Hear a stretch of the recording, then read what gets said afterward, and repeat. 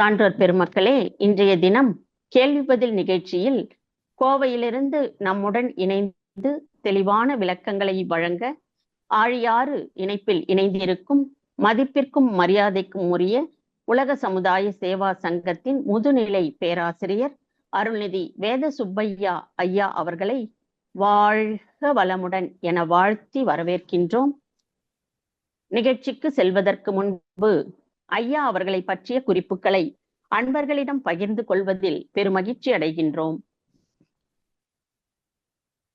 மதிப்பிற்கும் மரியாதைக்கும் உரிய உலக சமுதாய சேவா சங்கத்தின் ஆன்மீக கல்வி முதுநிலை ஞானாசிரியர் வேதாத்ரியன் அருள்நிதி வேத சுப்பையா ஐயா அவர்கள் கோவையில் வசித்து வருகின்றார்கள்.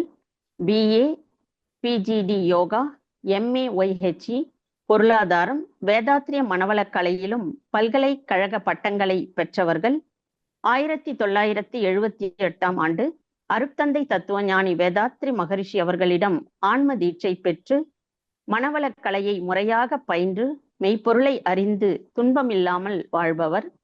ஐயா அவர்கள் பெற்ற கௌரவ பட்டங்கள்: வேதாத்ரியன் வேத சுப்பையா, ஆன்மீக அரசியல் சிந்தனையாளர், வேதாத்ரிய பாரதி, உலக சமுதாய சேவா சங்கத்தின் நிர்வாக குழு மற்றும் ஆலோசனை குழு உறுப்பினராக ஐயா அவர்கள் தொண்டாற்றி கொண்டு வருகின்றார்கள் மற்றும் விஷன் கல்வி பிரிவின் இணை இயக்குனராகவும் தொண்டு செய்து வருகின்றார்கள். தமிழ்நாடு அரசு இந்து அறநிலையத் துறையில் மண்டல தணிக்கை அலுவலராக பணியாற்றியவர்கள். 45 ஆண்டு காலமாக உள்நாட்டிலும் வெளிநாட்டிலும் மக்கள் துன்பமில்லா வாழ ஆன்மீக அறிவு விளக்கேற்றி வரும் அருட்தொண்டர், இலவச உடல் மனநல வாழ்வு ஆலோசகர் மற்றும் பல சிறப்புகளை உடைய ஐயா அவர்களை கேள்வி பதில் நிகழ்ச்சியை நடத்தி கொடுக்க வேண்டி வாழ்க வளமுடன் என வாழ்த்தியும் வணங்கியும் அன்போடு வரவேற்கின்றோம். ஐயா, வாழ்க வளமுடன். ஐயா வாழ்க வையகம், வாழ்க வளமுடன், வாழ்க வேதாத்திரியம், குருவே துணை. அன்பானவர்களே, இன்றைய நிகழ்ச்சி கேள்வி பதில் நிகழ்ச்சியாக நடைபெற இருக்கிறது. அதனால ஒரு கேள்வியை நான் எழுப்புகிறேன். கடவுளை மனிதன் ஏன் காண வேண்டும்? கடவுளை மனிதன் ஏன் காண வேண்டும் என்கிற ஒரு கேள்வி. எல்லாருக்குமே தெரியும், கடவுளை காண, பார்க்க அல்லது தரிசிக்க, தரிசனம்ங்கிறது வடமொழி சொல். மக்கள் போகிறார்கள், கோயில்களுக்கு போகிறேன், சாமி பார்க்க போறேன் என்று சொல்கிறார்கள். இந்த ஐயப்ப பக்தர்கள் கூட கோயிலுக்கு போறாங்க, சபரிமலைக்கு அல்லது கோயில்களுக்கு. அங்க என்ன சொல்றாங்க? சாமியை காண. யாரை காண? சாமியை காண. சாமியை கண்டால் மோட்சம் கிட்டும் அப்படின்னு சொல்றாங்க. ஆனா மோட்சம்னா என்ன? அத ஆன்மீக துறையில சொல்லுவாங்க, இறைவனை சென்று அடைதல், கடவுளை அடைதல், இறைவனடி சேர்தல், பிறவாத நிலையை அடைதல், மீண்டும் பிறந்தால் துன்பம். ஆக பிறவாத நிலை, இந்த உலகத்துல பிறந்தாலே துன்பம் என்று சொல்லி வைத்திருக்கிறார்கள். ஏனென்றால் நம்ம பார்க்கிறோம், வாழ்க்கையில துன்பங்களை அனுபவிப்பாகங்களே இல்லை. பிறந்தாலே துன்பம் வரும். அதனாலதான் பிறவியை கூட ஒரு நோய் என்று சொல்கிறார், பிறவி பிணி. இதைத்தான் மெய்ஞானியர்கள் என்ன சொல்றாங்க, மகரிஷி உட்பட, ஒரு மனிதன் பிறக்கும் போது தீயவினை பதிவுகளோடு பிறக்கிறான். தனக்கும் பிறருக்கும் துன்பம் தந்து அந்த துன்பத்திற்கு அடையாளமாக அந்த நோயின்னு சொல்றோம் அல்லவா, அவன் வாழ்நாளிலே அவனுக்கு நோய் வரும். அதான் சஞ்சித கர்மம் என்று சொல்றோம். அப்போ பிறந்தால் துன்பம் வந்துடும். இப்போ பிறவாத நிலையை அடைஞ்சிட்டா இனி துன்பம் இல்லை. இதைத்தான் பிறவி பயன் அப்படின்னு அதுக்கு என்ன சொன்னாங்கன்னா, கடவுளை இறைநிலையை அடைய வேண்டும் அல்லவா, இறைநிலையை அடையணும்.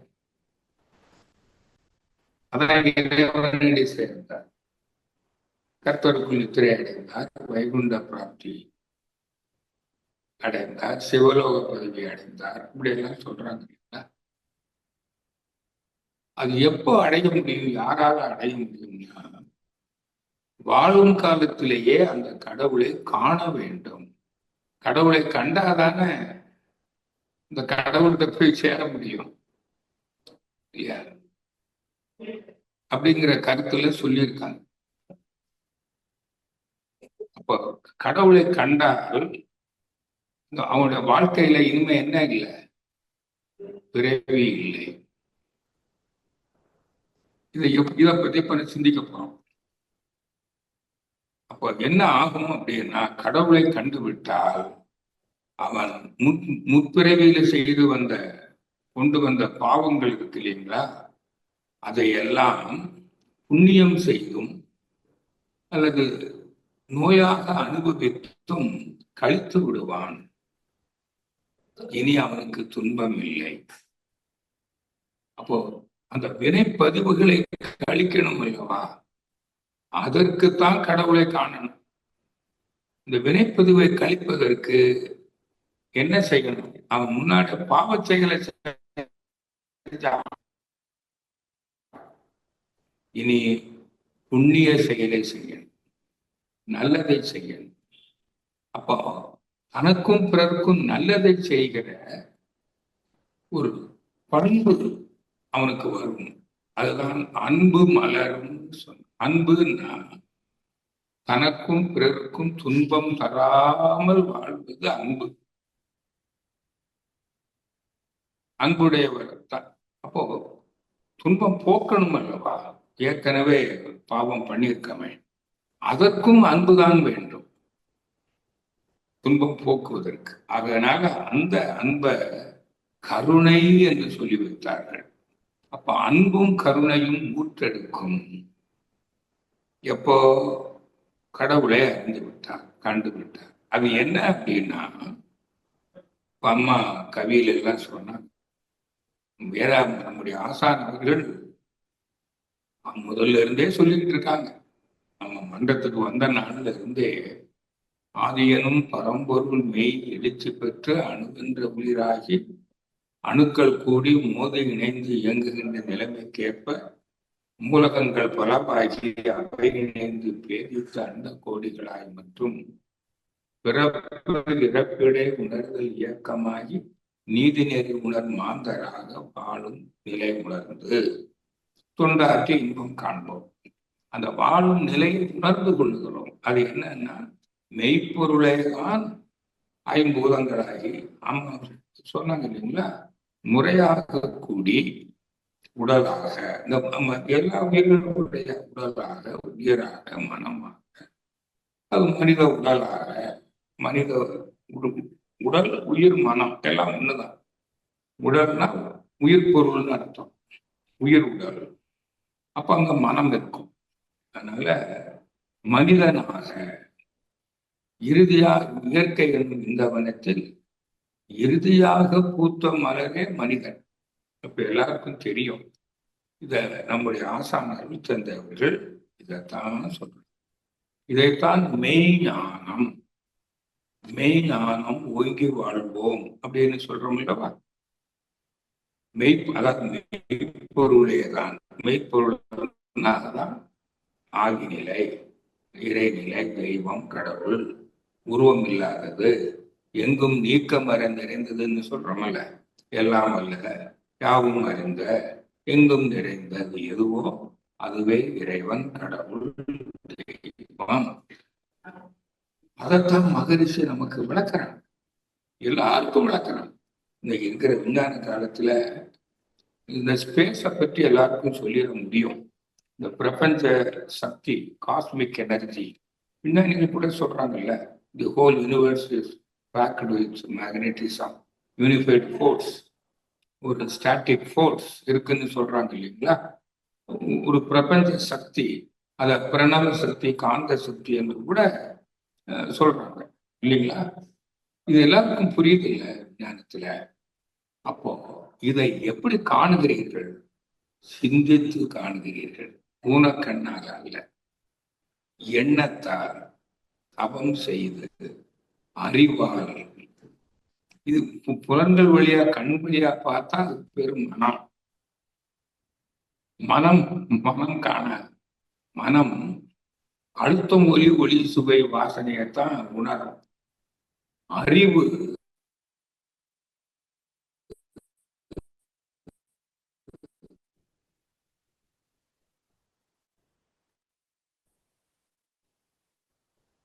இந்த மனதுக்கு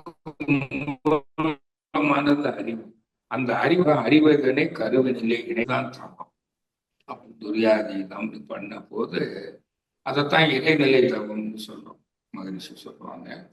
அப்பதான் சொல்றாங்க, நீ கவனிக்கிற பத்தியா, டார்க்னஸ், இருள், அது அதிர்ந்து கொண்டிருக்கிறது. அது ஆற்றலாகவும் அறிவாகவும் இருக்கிறது. அந்த ஆற்றலும் அறிவையும் பிரிக்க முடியாது. அது இயக்க தொடங்கிய போதே அந்த இயக்கத்தை ஒழுங்குபடுத்தி விடுகிறது. அதான் இயக்க ஒழுங்கு. இப்போ அறிவும் ஆற்றலும் அறிவுமாக உள்ளது மெய்ப்பொருள். அதுக்கப்புறம் உங்களுக்கு எல்லாருக்குமே தெரியும், அதான் ஒருங்கி துகள்களாகி, விண்ணாகி, காற்றாகி, நெருப்பாகி, நீராகி, மண்ணாகி, அதுதான் அண்டங்களாகி, பேதித்த அண்ட கோழிகளாகி, மற்றும் பிறப்பு இறப்பிடை உணர்தல் தான் மனம் பிறக்கிறது, மனம் மறைந்து விடுகிறது. அதான் மனம். அதாவது ஓரறிவு தாவரம், ஓரறிவு மனம், 2 அறிவு மனம், 3 அறிவு மனம், 4 அறிவு மனம், 5 அறிவு மனம், இறுதியாக 6 அறிவு மனம். அப்ப 6வது அறிவு என்ன? ஐம்பூதங்களுக்கும் மூலமான, ஐயறிவுக்கும் மூலமான, இந்த அழுத்தம், ஒலி, ஒளி, சுவை, வாசனை என்ற 5 விளைவுகளுக்கும் மூலமான 6வதாக உள்ளது. அதுதான் அனைத்துமாக இருக்கிறது. அப்போ அருவமும் உருவமும் அறிவே. இப்போ அறிவால காணுகிறோமா இல்லையா? எல்லாரும் அப்படியே கொஞ்சம் கண்ணை மூடி மகிழ்ச்சி சொன்னதை அப்படியே கவனிங்களேன். சுத்த வெளியை காணுங்கள், அது நொறுங்குவதை காணுங்கள், துகள்களாகி கூடி விண்ணாகி தன்னை சுற்றி கொண்டு அந்த வழியிலே ஓடுவதை அகக்காட்சியாக காணுங்கள். அவை கூடி காற்றாகி, கனலாகி, நீராகி, மண்ணாகி, அண்டங்களாவதை அகக்காட்சியாக காணுங்கள். இந்த நில உலகில் 5 பூதங்களும் எந்த ஒரு அண்டத்துல அமைந்திருக்கிறதோ அதான் நில உலகம். இந்த நில உலகில் அவை கூடி, முறையாக கூடி, நுண்ணுயிராகி, அந்த நுண்ணுயிர், அதான் செல்னு சொல்றோம், ஒரு செல் நுண்ணுயிர்.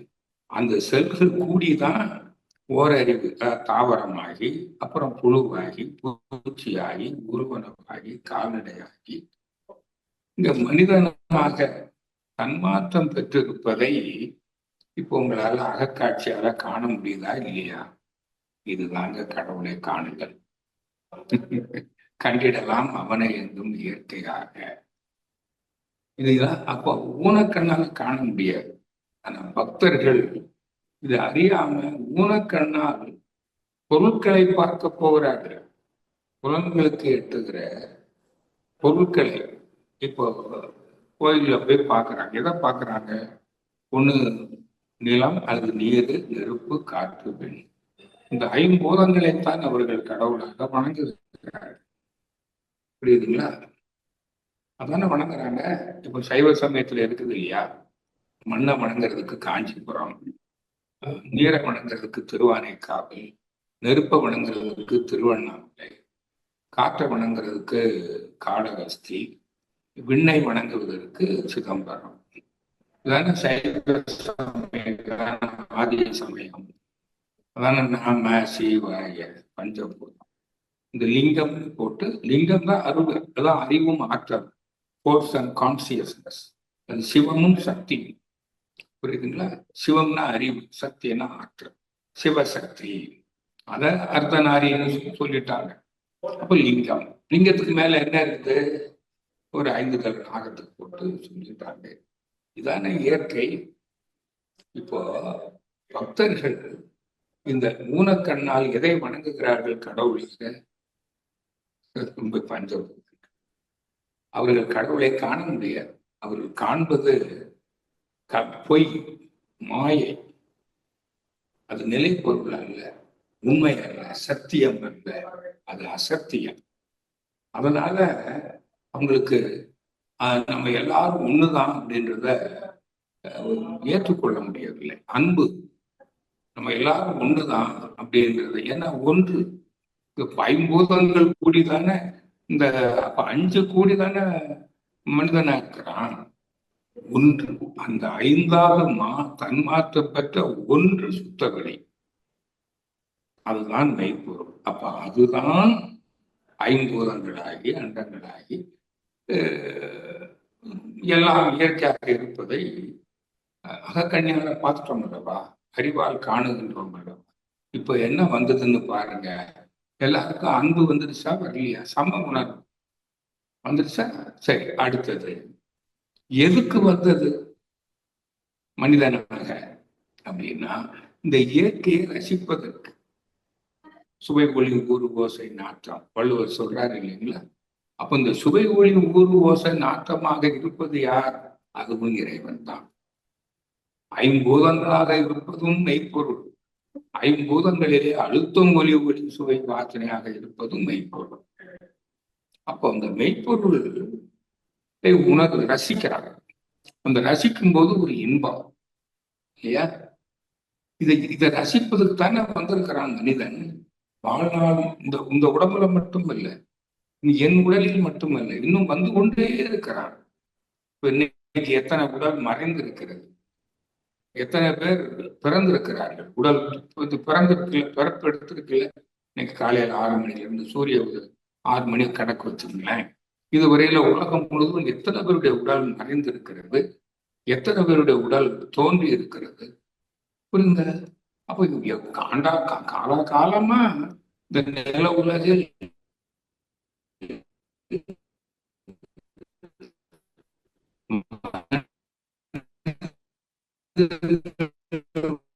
வாழ்ந்து கொண்டே இருக்கிறார்கள். மறைந்தவர்களும் நான் தான். அவங்க இல்லையா? அவங்க மனிதன் இந்த உலகத்துல வாழுகிறான். எவ்வளவு காலம் வாழ்வான்? இந்த உலகம் உள்ளளவும் வாழ்வான். இந்த நம்ம வாழ்ற சூரிய குடும்பத்தில் இருக்க உலகம் அழிந்த பிறகு கூட வேற ஒரு சூரிய குடும்பத்திலே, எத்தனை சூரிய குடும்பத்தில் இருக்கு, அங்க நில உலகம் இருக்கிறது. அங்கே ஜீவன்கள் வாழுகின்றன, மனிதன் வாழுகின்றான். அது இந்த பிரபஞ்சம் இருக்கும் வரை ஐ எம் எட்டர்னல், நான் என்னாலும் வாழ்கின்றேன். இது தெரிஞ்சிருச்சுன்னா இந்த உலக இன்பங்களை எப்படி அனுபவிப்பான்? அளவோடு அனுபவிப்பான். நான் மீண்டும் மீண்டும் சொல்லுகிறேன், எனக்கு எல்லாருக்கும் தெரிந்த உண்மை சொல்லுகிறேன், சொல்லியிருக்கிறேன். திருநெல்வேலியில தான் ஒரு குறிப்பிட்ட தரம் வாய்ந்த அல்வா அங்கதான் கிடைக்குது. அதனால திருநெல்வேலி அல்வான்னு சொல்லுவாங்க. அந்த அல்வா அந்த ஊர்ல தான் கிடைக்கும். அந்த ஊர்ல வாழ்கிறவன் அவன் எப்பாவது அந்த கடை வீதியில கிழக்கிற வீதியில போறான்னு வைங்க, அப்போ ஏதோ சாப்பிடுவான்.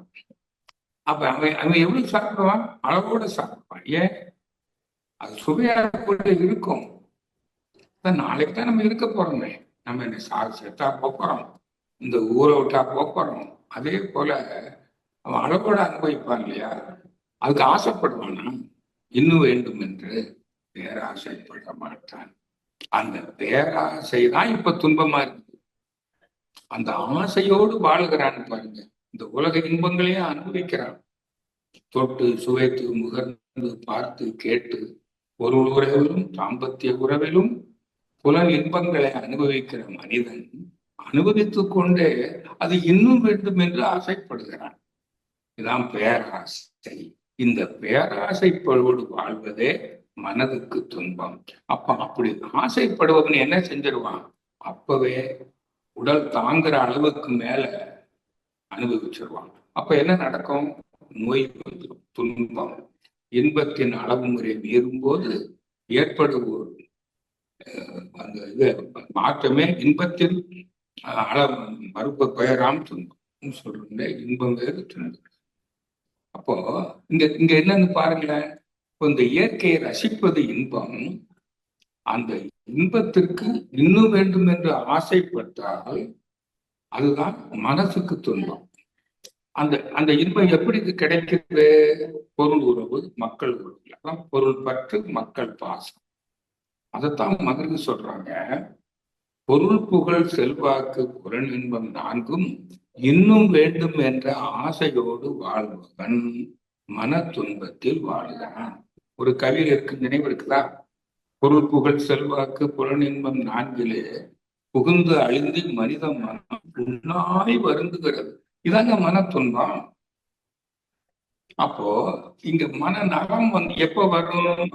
நான் என்னாலும் வாழ்கிறேன், ஐ எம் எட்டர்னல், நான் நித்திய ஜீவன், எனக்கு சாவு இல்லை, மரணம் இல்லை, நான் உடல் அல்ல, நான் ஆன்மா, நான் மெய்ப்பொருள், இந்த உலக இன்பத்தை அனுபவிக்கிற நான் மெய்ப்பொருள், அது அறிவு. நான் என்பது அறிவு, சுத்த வெளி மெய்ப்பொருள். இந்த இந்த நிலையை அடைந்தவனுக்கு மன துன்பம் இருக்குமா? அப்போ மன நிறைவு வந்து விடும் அல்லவா? மன நிறைவு, அதான் மன அமைதி, சாட்டிஸ்பாக்சன் அண்ட் பீஸ். இதைத்தான் மன நிறைவும் அமைதியும் என்பதை வடமொழியில ஆத்ம சாந்தி என்று சொன்னார். புரியுதா? அப்ப யார் ஒருவருக்கு ஆத்ம சாந்தி கிட்டி விட்டதோ, மன நிறைவும் அமைதியும் கிட்டி விட்டதோ, அவருக்கு இனி மன துன்பமும் இல்லை, அளவுக்கு மேல அனுபவிப்பாரா? இனி உடல் துன்பமும் இல்லை. அத மனநல வாழ்வு உடல்நல வாழ்வுக்கு அடிப்படை. அதனாலதான் இந்த விஞ்ஞானிகள் கூட சொல்லுவாங்க, ஆல் டிசீசஸ் ஆர் சைக்கோசோமாட்டிக். மனம்தாங்க காரணம். இந்த மனம் கெட்டதுனால தாங்க உடல் கெட்டது. உடல் வேறு மனம் வேறு அல்ல. இப்ப புரிஞ்சுதுங்களா? அப்ப உடல் துன்பம் எப்படி வரும்? இனிமே இந்த கடவுளை கண்டவனுக்கு இனி துன்பமே இல்லை, மன துன்பமும் இல்லை, உடல் துன்பமும் இல்லை. சரி, இதுக்கு முன்னால தீய செஞ்சிருப்பான்ல, அதுக்கு நோய் வரும் அல்லவா? இன்னையிலிருந்து நீ நல்லதை செஞ்சிருவிய அறவாழ்வு. அப்ப உனக்கு என்ன வரும்? பின்னால வரப்போகிற துன்பம் தலைக்கு வந்தது தலைப்பாயோட போகும், வரும். ஏன்னா சஞ்சித கர்மத்துக்கு வராம இருக்காது. நீ செஞ்ச செயலுக்கு வந்தே தீரும். 100 யூனிட் பாவம் பண்ண நீ உனக்கு அந்த பாவங்களை சுமந்து வந்திருக்கிற 90 யூனிட் புண்ணியம் பண்ணிட்டா கூட அந்த 10 யூனிட்டுக்கு நீ துன்பத்தை அனுபவிச்சுதான் ஆகணும். இது சஞ்சித கர்மம். ஆனா பிராரப்த கர்மம் இருக்கு பாருங்க. இப்ப நான் 20 வயசுல ஒரு பாவம் பண்ணிட்டேன், அது எனக்கு 50 வயசுல வரப்போகுது. நான் அதுக்கு உள்ளாலேயே நான் அந்த 100 யூனிட் பாவத்தை, இந்த பிறவியில் சென்ற 100 யூனிட் பாவத்தையும் நான் புண்ணியம் செய்து இறை உணர்வு பெற்று, புண்ணியம்னா பிறத்துவம் போக்கும் புண்ணியம், பொருள் இல்லாதவர்களுக்கு பொருளையும், அறிவு குறைபாடு உள்ளவர்களுக்கு அறிவையும், அது பொருள் வறுமையில் இருப்பவர்களுக்கு பொருள், அறிவு வறுமையில் இருப்பவருக்கு அறிவையும் கொடுத்து அருளையும் கொடுத்து நான் தொண்டு செய்கிற போது என்னுடைய பாவமெல்லாம் கழிந்து போயிடும் அல்லவா? நான் பிறரை மகிழ்விக்கிறேன் அல்லவா? பிறர் துன்பம் போக்குகிறேன்.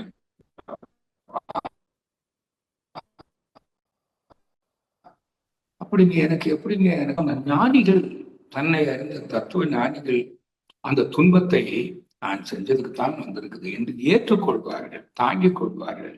அந்த ஏற்றுக்கொண்ட நோய் துன்பம் அவர்களுக்கு துன்பமாக இருக்காது. அந்த அந்த வலி துன்பமாக இருக்காது. அந்த வலியை கூட ரசிப்பார்கள். எப்படின்னா, ஞானிகளுக்கு நோய் வந்தாலும் அந்த நோய் அவங்களுக்கு எப்ப வரும் தெரியுங்களா? கடைசி காலத்துல தான். இடையில வந்து போனா கூட தாங்கிக்குவாங்க. அது சொல்றாரு மகரிஷி. அந்த நோய் அவர்கள் உலக இன்பங்களை துய்ப்பதற்கோ, அதாவது பிறர் தொண்டு செய்வதற்கோ அந்த நோய் தடையாக இருக்காது. அவர்கள் நடமாடிக்கொண்டிருப்பார்கள். புரியுதா உங்களுக்கு? அதனால நீங்க யாரும் கவலைப்பட வேண்டியதே இல்லை. அப்போ கடவுளை கண்டவனுக்கு இனி துன்பம் மாதிரி சொல், துன்பங்கள் குறைந்து வரும். ஒரு நாள் துன்பமே இல்லாத ஒரு வாழ்க்கையை வாழ்வான். இந்த துன்பமே இல்லாத வாழ்க்கைக்கு பெயர்தான் நீடித்த இன்ப வாழ்வு. அதுவே பேரின்ப வாழ்வு, அதுவே அமைதி வாழ்வு, இதுதான் நல வாழ்வு. இப்ப புரிஞ்சுக்கலாம். நம்ம ஒருத்தர் கூட சந்திக்கிறோம், நல வாழ்வு நல வாழ்வு, நல்லா இருக்கீங்களா, நல்லா இருக்கீங்களா. அப்ப நம்ம எல்லாரும் நலமாக வாழணும்னா கடவுளை காண வேண்டும் என்ற ஒரு கருத்தை உங்களுக்கு நான் சொல்லியிருக்கின்றேன். இனி உங்களுடைய கேள்வி. இப்ப நானே இந்த ஒரு கேள்வியை கேட்டு இதுக்கு நான் பதிலளித்திருக்கின்றேன் இந்த கேள்வி பதில் நிகழ்ச்சியில். இனி உங்களுடைய கேள்விகளை நீங்கள் கேட்கலாம். நான் நான் வேதாத்திரிய அந்த தத்துவம் இருக்கு இல்லைங்களா, மகரி சொன்ன அந்த அதை முழுமையாக நான் உணர்ந்தேன். மகரிஷி அவர்கள் அளவில் நான் சொல்ல இறை உணர்வு பெற்றவர். நான் துன்பம் இல்லாமல் வாழுகிறேன், நலமாக வாழுகிறேன், நான் உடல் நலத்தோடும் மனநலத்தோடும் வாழுகிறேன் என்று சொல்வதற்கான தகுதியை பெற்றிருக்கிறவன். என்னை போல் பல ஆசிரியர்கள் இருப்பார்கள், பிற மெய்ஞானிகள் இருப்பார்கள். அவர்களிலே நான் ஒருவன் என்ற ஒரு நிலையில் நான் உங்களுடைய கேள்விகளுக்கு பதிலளிக்க தயாராக இருக்கிறேன் என்று கூறி இந்த உரையை இந்த சிற்றுரையை கருத்துரையை நிறைவு செய்கிறேன். அனைவருக்கும் நன்றி, மகிழ்ச்சி, வாழ்த்துக்கள். வாழ்க வளமுடன். வாழ்க வளமுடன் ஐயா, வாழ்க வளமுடன். ஐயா அவர்களிடம் கேள்வி கேட்க விரும்பும் அன்பர்கள் தங்கள் கைகளை உயர்த்தி தங்கள் கைபேசியை தாங்களே அன்மியூட் செய்து கொண்டு கேள்விகளை கேட்குமாறு அன்போடு கேட்டுக்கொள்கிறோம். இந்த அற்புதமான வாய்ப்பை அனைவரும் பயன்படுத்திக் கொள்ளுமாறும் வேண்டுகிறோம். வாழ்க வளமுடன். முதல் அன்பராக கிருபாநிதி அம்மா அவர்கள். வாழ்க வளமுடன் அம்மா. அம்மா வாழ்க வளமுடன். ஐயா வாழ்க வளமுடன். ஐயா வாழ்க வளமுடன்மா. ஐயா சிறப்பான அதாவது கடவுளை காண வேண்டுமா உணர வேண்டுமான்னு நான் எழுதியிருந்தேன். நீங்க அதுக்கு நல்ல விளக்கம் சொன்னீங்க. இப்ப நான் ஒரு புக்கு படிச்சேயா, இப்ப காலையில தான் படிச்சேன். அன்பே சிவம், அன்பே கடவுள், அன்பே அகிலம் அப்படின்னு 3 வார்த்தை வள்ளலார் புக்ல இருந்தது. ஒரு கவியில அன்பே கடவுள், அன்பே சிவம், அன்பே அகிலம். இதை எப்படியா எடுத்துக்கலாம்? எல்லாமே கடவுள் தானே, சுத்த வெளி தானே எல்லாமா இருக்குது. அந்த கடவுளுடைய தன்மையே அன்புதான். அன்பும் கருணையும் பிறர் துன்பம் போக்கும் அன்பு, துன்பம் தராமலும் துன்பம் போக்கியும் வாழ்பவன் தான் மனிதன். அவன் தான் இதமான மனதை அடையவன். அப்ப அதுதானே கடவுள். இப்ப எல்லாமே கடவுள் தானே. இப்ப வள்ளலார் சொன்னது சொல்லுங்க, அன்பே சொல்லுங்க. அன்பே கடவுள், அன்பே சிவம், அன்பே அகிலம். அன்பே அகிலம்னு ஒரு வார்த்தை கொடுத்திருக்காரு. அன்பே அகிலம். அகிலம் பிரபஞ்சம், பிரபஞ்சமே அன்பு தானே. பிரபஞ்சம் அன்பா இருக்குது. அகில உலகம், எல்லா உலகங்களும், நட்சத்திரங்களும் கோள்களும், இந்த இயக்கம் அன்பு தானே, கடவுள் தானே, பகவான் இல்லையா? சூரிய பகவான்கிறீங்க, சந்திர பகவான்கிறீங்க, எல்லா கோள்கள் நட்சத்திரங்களையும் கடவுள் தானே சொல்றீங்க. புரியுதா உங்களுக்கு? புரியுதுயா. இதை நீங்க முதல்ல புரிஞ்சுக்கிட்டீங்களா? சும்மா கேள்வி கேட்டுட்டே இருக்க இல்லையா? கடவுள் அதையா திருப்பி கேக்குறேன். இப்ப நம்ம அன்பே கடவுள் சிவம்னா இத காண முடியுமா, உணர முடியுமா ஐயா? இப்ப அதைத்தானுங்க தவம் பண்ணணும். நீங்க அறிவால் காணலாம், நீங்க தவம் செஞ்சீங்கன்னா காணலாம். அதனால மாதிரி இறைநிலை தவம் செய்யுங்கள். இயற்கையை கடவுளாக காணலாம், கண்டிடலாம். அவனை எங்கும் இயற்கையாக சொல்றாங்கல்ல. கடவுள் யாருன்னு அறிய ஆர்வம் கொண்டு கருத்துடனே ஆராயும் அன்பா கேளாய். கடவுள் ஒன்றே பூரணமாம், பூமி இல்லை. கடவுளே அணு அண்ட பிண்டமான கருத்தான அந்நிலையை நீயும் நானும் மானம். இப்ப நம்ம அன்பர்கள் தவம் செய்யணும், தவம் செய்து சிந்திக்கணும். எல்லாம் சொல்றாங்க. இப்ப நிறைய பேரு நீங்க மனவள கலைக்கு வந்து துரியாதீத தவம் எடுத்த பிறகு உங்களுக்கு சந்தேகமே இருக்கக்கூடாது. அறிவு ஒன்றுதான் தெய்வம்ங்கிற கருத்து வந்துடுச்சுன்னா நீங்க தவம் செஞ்சிருவீங்க.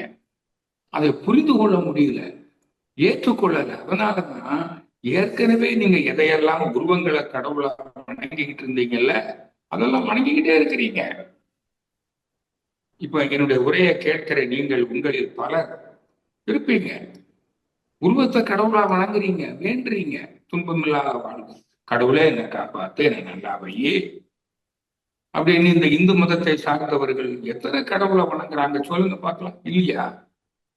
கிறிஸ்தவர்கள் வணங்கலையா? இயேசுவே இயேசுவே பிதாவே இயேசுவின் நாமத்தால் உண்மை வேண்டுகிறோம். இஸ்லாமியர்கள் கூட அல்லாஹ் அல்லாஹ் அல்லான்னு ஏதோ ஒரு அல்லாஹ் இருக்குது, உருவம் இல்லாத ஒன்று இருக்கிறது, அதை வேண்டுகிறார்கள். கடவுளிடம் இறைவனிடம் கையேந்துங்கள் இல்லை என்று சொல்வதில்லை. எல்லாரும் வேண்டிக்கிட்டு தானே இருக்கிறீங்க. இன்னும் எத்தனை மதம் இருக்கு கொடுங்க என்கிட்ட சொல்லுங்களேன். இப்போ என்ன கிருபாநிதி அம்மா, எத்தனை மதங்கள் இருக்கு? எந்த மதத்திலேயாவது இந்த கடவுளை வேண்டாம இருக்கிறானா?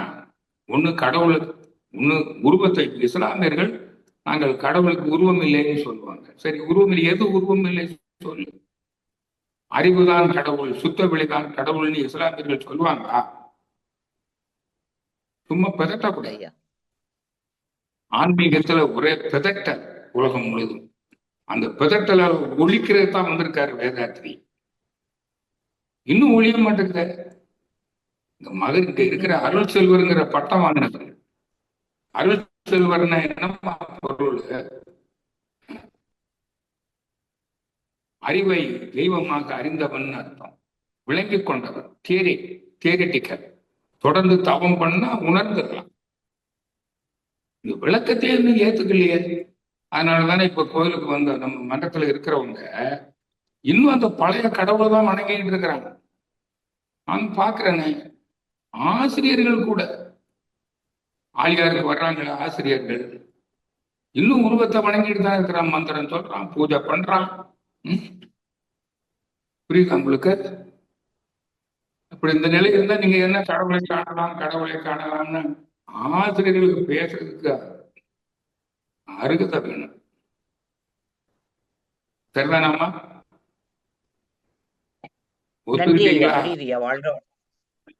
நல்லா தவம் பண்ணுங்க. நீங்க ஓகே. வாழ்க வளமுடன் அம்மா. வாழ்க வளமுடன் ஐயா. அடுத்த அன்பராக ராஜன் அவர்கள். வாழ்க வளமுடன் ஐயா. ஐயா உங்க மைக்க ஒரு முறை டச் பண்ணுங்க ஐயா. ராஜன் ஐயா அவர்கள்.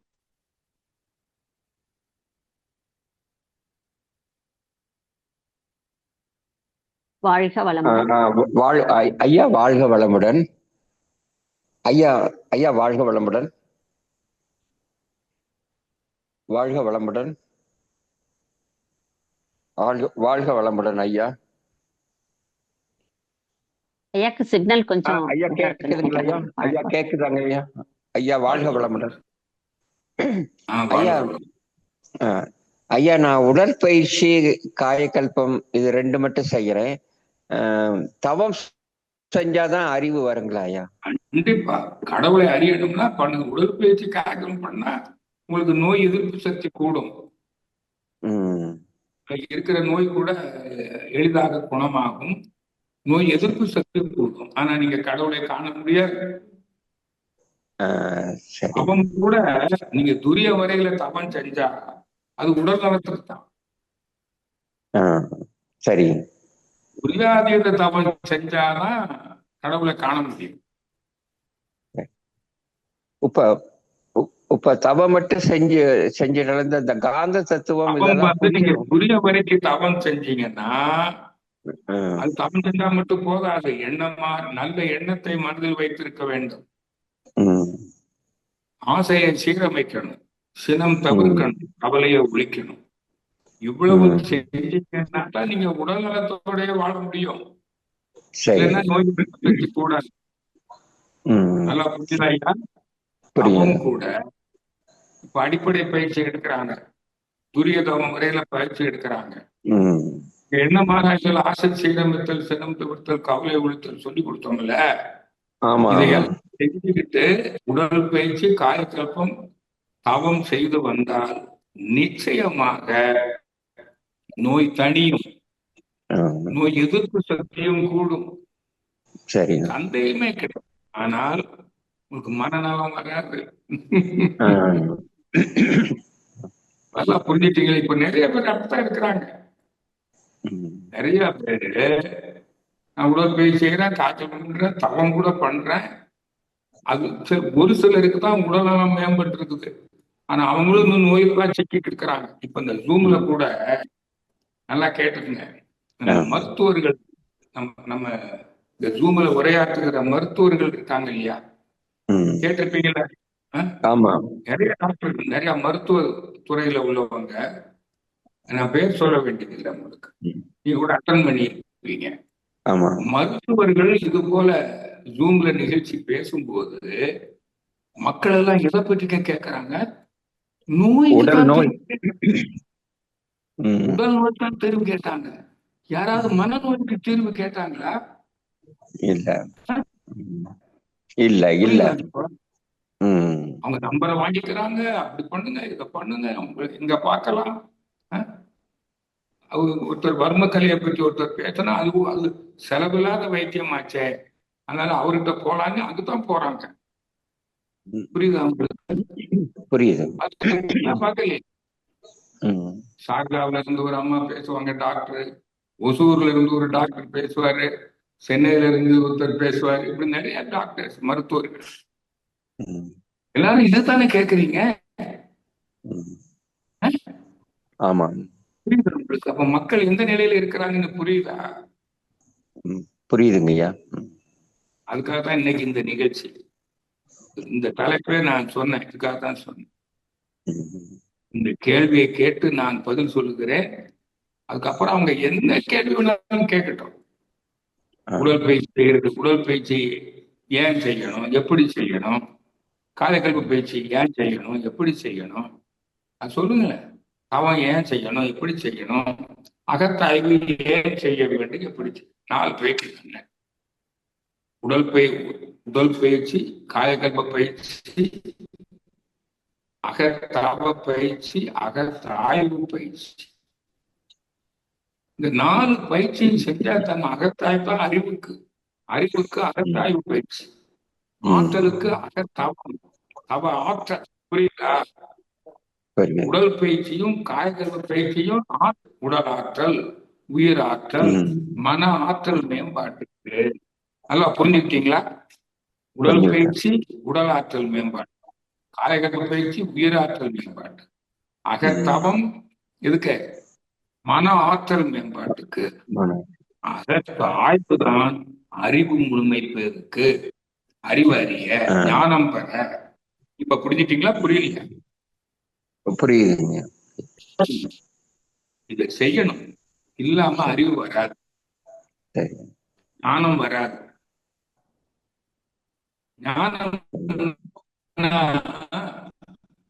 துன்பம் இல்லாமல் வாழும் அறிவுக்கு வாழும் தகுதி இருக்கு பாருங்க, அதான் ஞானம். அஞ்ஞானம் துன்பத்திற்கு காரணம், ஞானம் துன்பமில்லாத வாழ்வுக்கு காரணம். துன்பம் இல்லைன்னா என்ன இருக்கும்? இன்பம், அமைதி, பேரின்பம். புரியுதா? புரியுது. மகிழ்ச்சி. ஐயா, இன்னொன்னு, இந்த காந்த தத்துவம், இந்த உயிர் உயிர் உயிர் இந்த தத்துவம் எல்லாம் புரிய மாட்டேங்குது. அது தவம் செய்ய செய்ய புரியுங்களா ஐயா? புரியும். மகிழ்ச்சி ஒரு முறை மகிழ்ச்சி, எனக்கு சில இதெல்லாம் புரிய மாட்டேங்குது, நீங்க சொல்றதெல்லாம் எங்களுக்கு புரிய மாட்டேங்குதுன்னு கேட்டேன். இப்ப மகிழ்ச்சி என்ன சொன்னாங்க தெரியுமா? படிக்கிறத நிறுத்துங்க, தவம் பண்ணிட்டு படிங்க, புரியும். ஐயாமா, சிந்திக்கணும், சிந்திக்கிறதுக்கு மூளை திறன் வேணும். அவன் சிந்தனை திறனை கூட்டும். நிலத்தை உழுது பண்படுத்தாம விதைச்சா முளைக்குமா? சொல்லுங்க. முளைக்காது. அவன் தவம் பண்ணாம படிச்சு அப்ப பைத்தியம் தான் பிடிக்கும். தவம் பண்ணாம படிச்சீங்கன்னா என்ன ஆகுங்க? பைத்தியமாயிடும். பைத்தியக்காரன் ஆயிடுவீங்க. சிந்திக்கணும். தவம் பண்ணுங்க, அப்புறம் சிந்தி. நல்லது. நல்லது. வாழ்க வளமுடன். வாழ்க வளமுடன் ஐயா. நன்றிங்க ஐயா. குணசேகரன் ஐயா சேட் பாக்ஸ்ல போட்டிருக்காரு, நான் ஐயாவுடன் பேச முடியுமான்னு. குணசேகரன் ஐயா, உங்களுக்கு அன்மியூட் ஆப்ஷன் கொடுத்துட்டோங்க ஐயா. உங்க மைக்கை ஒரு முறை டச் பண்ணி ஐயா கிட்ட பேசுங்க ஐயா. வாழ்க ஐயா வளமுடன். வணக்கம். என்னுடைய வாழ்க வளமுடன். அலைபேசியில கூட போட்டுடலாம். வாழ்க வளமுடன். ஐயா நான் கரூர்ல இருந்து பேசுறேங்க. நான் வந்து நல்லது குணசேகரன். 2018 ஆலியார்ல வந்து ஒரு 5 நாள் அங்கேயே தங்கி இருந்து நான் அந்த கோர்ஸ் ஒண்ணு எடுத்து செஞ்சேங்க. எனக்கு அதுக்கு முன்னாடியே அவரு ஐயா மேல எனக்கு ரொம்ப ஒரு ஆர்வம், தவத்தின் மேல ஆர்வம். அதை வச்சு நான் வந்து இருந்தேங்க. எனக்கு பிடிச்சிருந்துச்சு. இப்ப வந்து இங்க கரூர்ல தொழில் பண்ணிட்டு இருக்கேன் ஐயா. இப்போ நான் கேட்க வர்றதுங்க, இப்போ மனிதன் பரிணாம வளர்ச்சியில இந்த அளவுக்கு இன்னைக்கு வந்து இருக்கிறான், எல்லாம் வந்து தெரியுது. ஆனா இவ்வளவு நாள் ஏற்பட்ட வளர்ச்சிக்கு முன்னாடியே வந்து உலகம் எந்த மாதிரி இருந்துச்சு, இன்னும் வரப்போற காலங்கள்ல எப்படியெல்லாம் மாறப்போகுது, இதை பத்தி எல்லாம் தெரிஞ்சுக்கணும்னா ஒருத்தர் வந்து தவம் மூலமா தெரிஞ்சுக்கலாம். மன அலை சூழலை வந்து குறைச்சு எப்ப நம்ம கீழே கொண்டு போறோமோ அப்ப வந்து மகரிஷி ஐயா சொல்லியிருக்காரு, எல்லாமே பிரபஞ்ச ரகசியம் எல்லாமே நமக்கு தெரிய வரும் அப்படின்னு சொல்லியிருக்காருங்க. அதை பத்தி கொஞ்சம் தெளிவா சொல்லுங்க ஐயா, பார்ப்போம். அதுக்குதான் நீங்க இறைநிலை தவம் செய்யணும். அது துரியாதீத தவம், இறைநிலை தவம் எல்லாம் ஒண்ணுதான். சுத்த வெளியை நினைந்து அதை உணரணும் அல்லவா? அதுவாக மாறணும் அல்லவா? மனம் எதை நினைக்கிறதோ அதுவாக மாறும் இல்லையா? ஆறு கடலாக மாற வேண்டும் என்றால் ஆறு கடலோடு கலக்க வேண்டும் அல்லவா? மனம் தெய்வமாகணும்னா தெய்வ நிலையோடு கலக்க விடணும். இப்ப ஒருத்தர் வந்து அதை உணர்ந்ததுக்கு அப்புறம் இறைநிலையோடு எண்ணத்தை கலக்க விட்டு நீங்க துரியாதீத தவம் எடுத்துட்டீங்களா? நீங்க 5 நாள் பயிற்சி சொன்னீங்க. கை மட்டும் பண்ணுங்க ஐயா, குண்டலினி மட்டும் பண்ண, துரியாதீத எடுக்கலைங்க. நீங்க 5 நாள் பயிற்சியில உங்களுக்கு துரியாதீத தவம் கற்றுக் கொடுத்திருக்க மாட்டார்கள். துரிய வரைக்கும் தவம் கொடுத்தாங்கல்ல, அது வரைக்கும் கொடுத்தாங்க. உடல் பேச்சு காயக பேச்சு கற்றுக். அப்புறம் துரிய தவம் கற்றுக் கொடுத்து எண்ண மாறாய்கள், ஆசை சீரமைத்தல், சினம் தவிர்த்தல், கவலை ஒழித்தல் ஆகிய அகத்தாய்வு பயிற்சிகளை எதுக்கு? அது எதுக்கு? மனதை அமைதியில் வைத்திருப்பதற்கு. சரி. தவம் பண்றீங்க இல்லையா? தவம் பண்றப்போ மனம் அமைதி அடையும். தவம் முடிச்ச பிறகு கெட்ட எண்ணம் வந்தாலோ, ஆசை வந்தாலோ, சினம் வந்தாலோ, கவலை வந்தாலோ மன அலை என்னாயிரம் கூடிடும். பயன் இல்லை. தவம் பண்ணி எந்த பயனும் இல்லை. புரியுதுல? சாணி ஏறி முழங்கு சறுக்கின கதையா? நல்லாவே அனுபவத்துல நல்லாவே அது தெரியுதுங்க ஐயா. அதுக்காகத்தானுங்க இந்த பயிற்சியை செய்ய சொன்னோம். ஆனா இதை புரிஞ்சுக்கிட்டு எத்தனை பேரு அந்த எண்ணம் மாற துரிய வரைக்கும் தவம் பண்ணி எண்ணம் மாறாய்கள், ஆசை சீரமைத்தல், சினம் தவிர்த்தல், கவலை ஒழித்தல் பயிற்சி செஞ்சா உங்க வாழ்க்கையில துன்பம் குறைஞ்சிடும். அதுக்கு அப்புறமா தான் நீங்க கடவுளை அறிவதற்கு தவம் செய்ய முடியும். இந்த துன்பத்திலிருந்தே விடுபடலையே. உடல்ல நோய் இருந்தா உடம்பாக அழியின், உயிராக அழிவர், திடம்படமே நான் சேரவும் மாட்டார். குணசேகரன், நீங்க இந்த பயிற்சிகள் நீங்கள் முறையாக செய்திருக்கவில்லை என்று நான் கருதுகிறேன். நீங்க இன்னும் துரியாதீத தீட்சை பெறவில்லையா? இன்னும் பெறவில்லைங்க ஐயா. அப்ப அதனால உங்களுக்கு இதெல்லாம் புரியவே புரியாது. காயக்கல்பம் செய்யறேங்க ஐயா, ரெகுலரா காயக்கல்பம் செய்யறேங்க. பாருங்க, 2018 நீங்க பயிற்சி எடுத்துக்கிறீங்க. எத்தனை வருஷம் ஆச்சுங்க? 8 வருடங்கள் ஆயிருச்சுங்க ஐயா. நடுவுல கால சூழ்நிலைகள் எல்லாம் ஏன்னா எல்லாமே. அதெல்லாம் கால சூழலாம் ஒண்ணும் கிடையாது. சரிங்க 8 ஐயா. வருஷமா சாப்பிட்டீங்களா இல்லையா? எல்லாம் நடந்துச்சுங்க. சாப்பிட்டீங்களா இல்லையா? சாப்பிட்டுச்சுங்க. அப்புறம் ஏன் தவம் பண்ணல? எத்தனை வேலை தவம் இருந்தாலும் சாப்பிட்டீங்கல்ல. கண்டிப்பாங்க ஐயா. அப்ப எத்தனை வேலை இருந்தாலும் நீங்க தவம் பண்ணியிருக்க வேண்டும். இதைத்தானே சொல்லி தவம் கொடுத்தாங்க பண்ணுவேங்க ஐயா. ஐயா. தவம் பண்ணுவேங்க. ஆனா ரெகுலரான அந்த ரொட்டீனுக்கு கொண்டு வர ஐயா, முடியலைங்க. நீங்க எல்லாம் முறையாக செய்யவில்லை. நீங்க பண்ணி துரியாதீத தீட்சையே பெறலையே.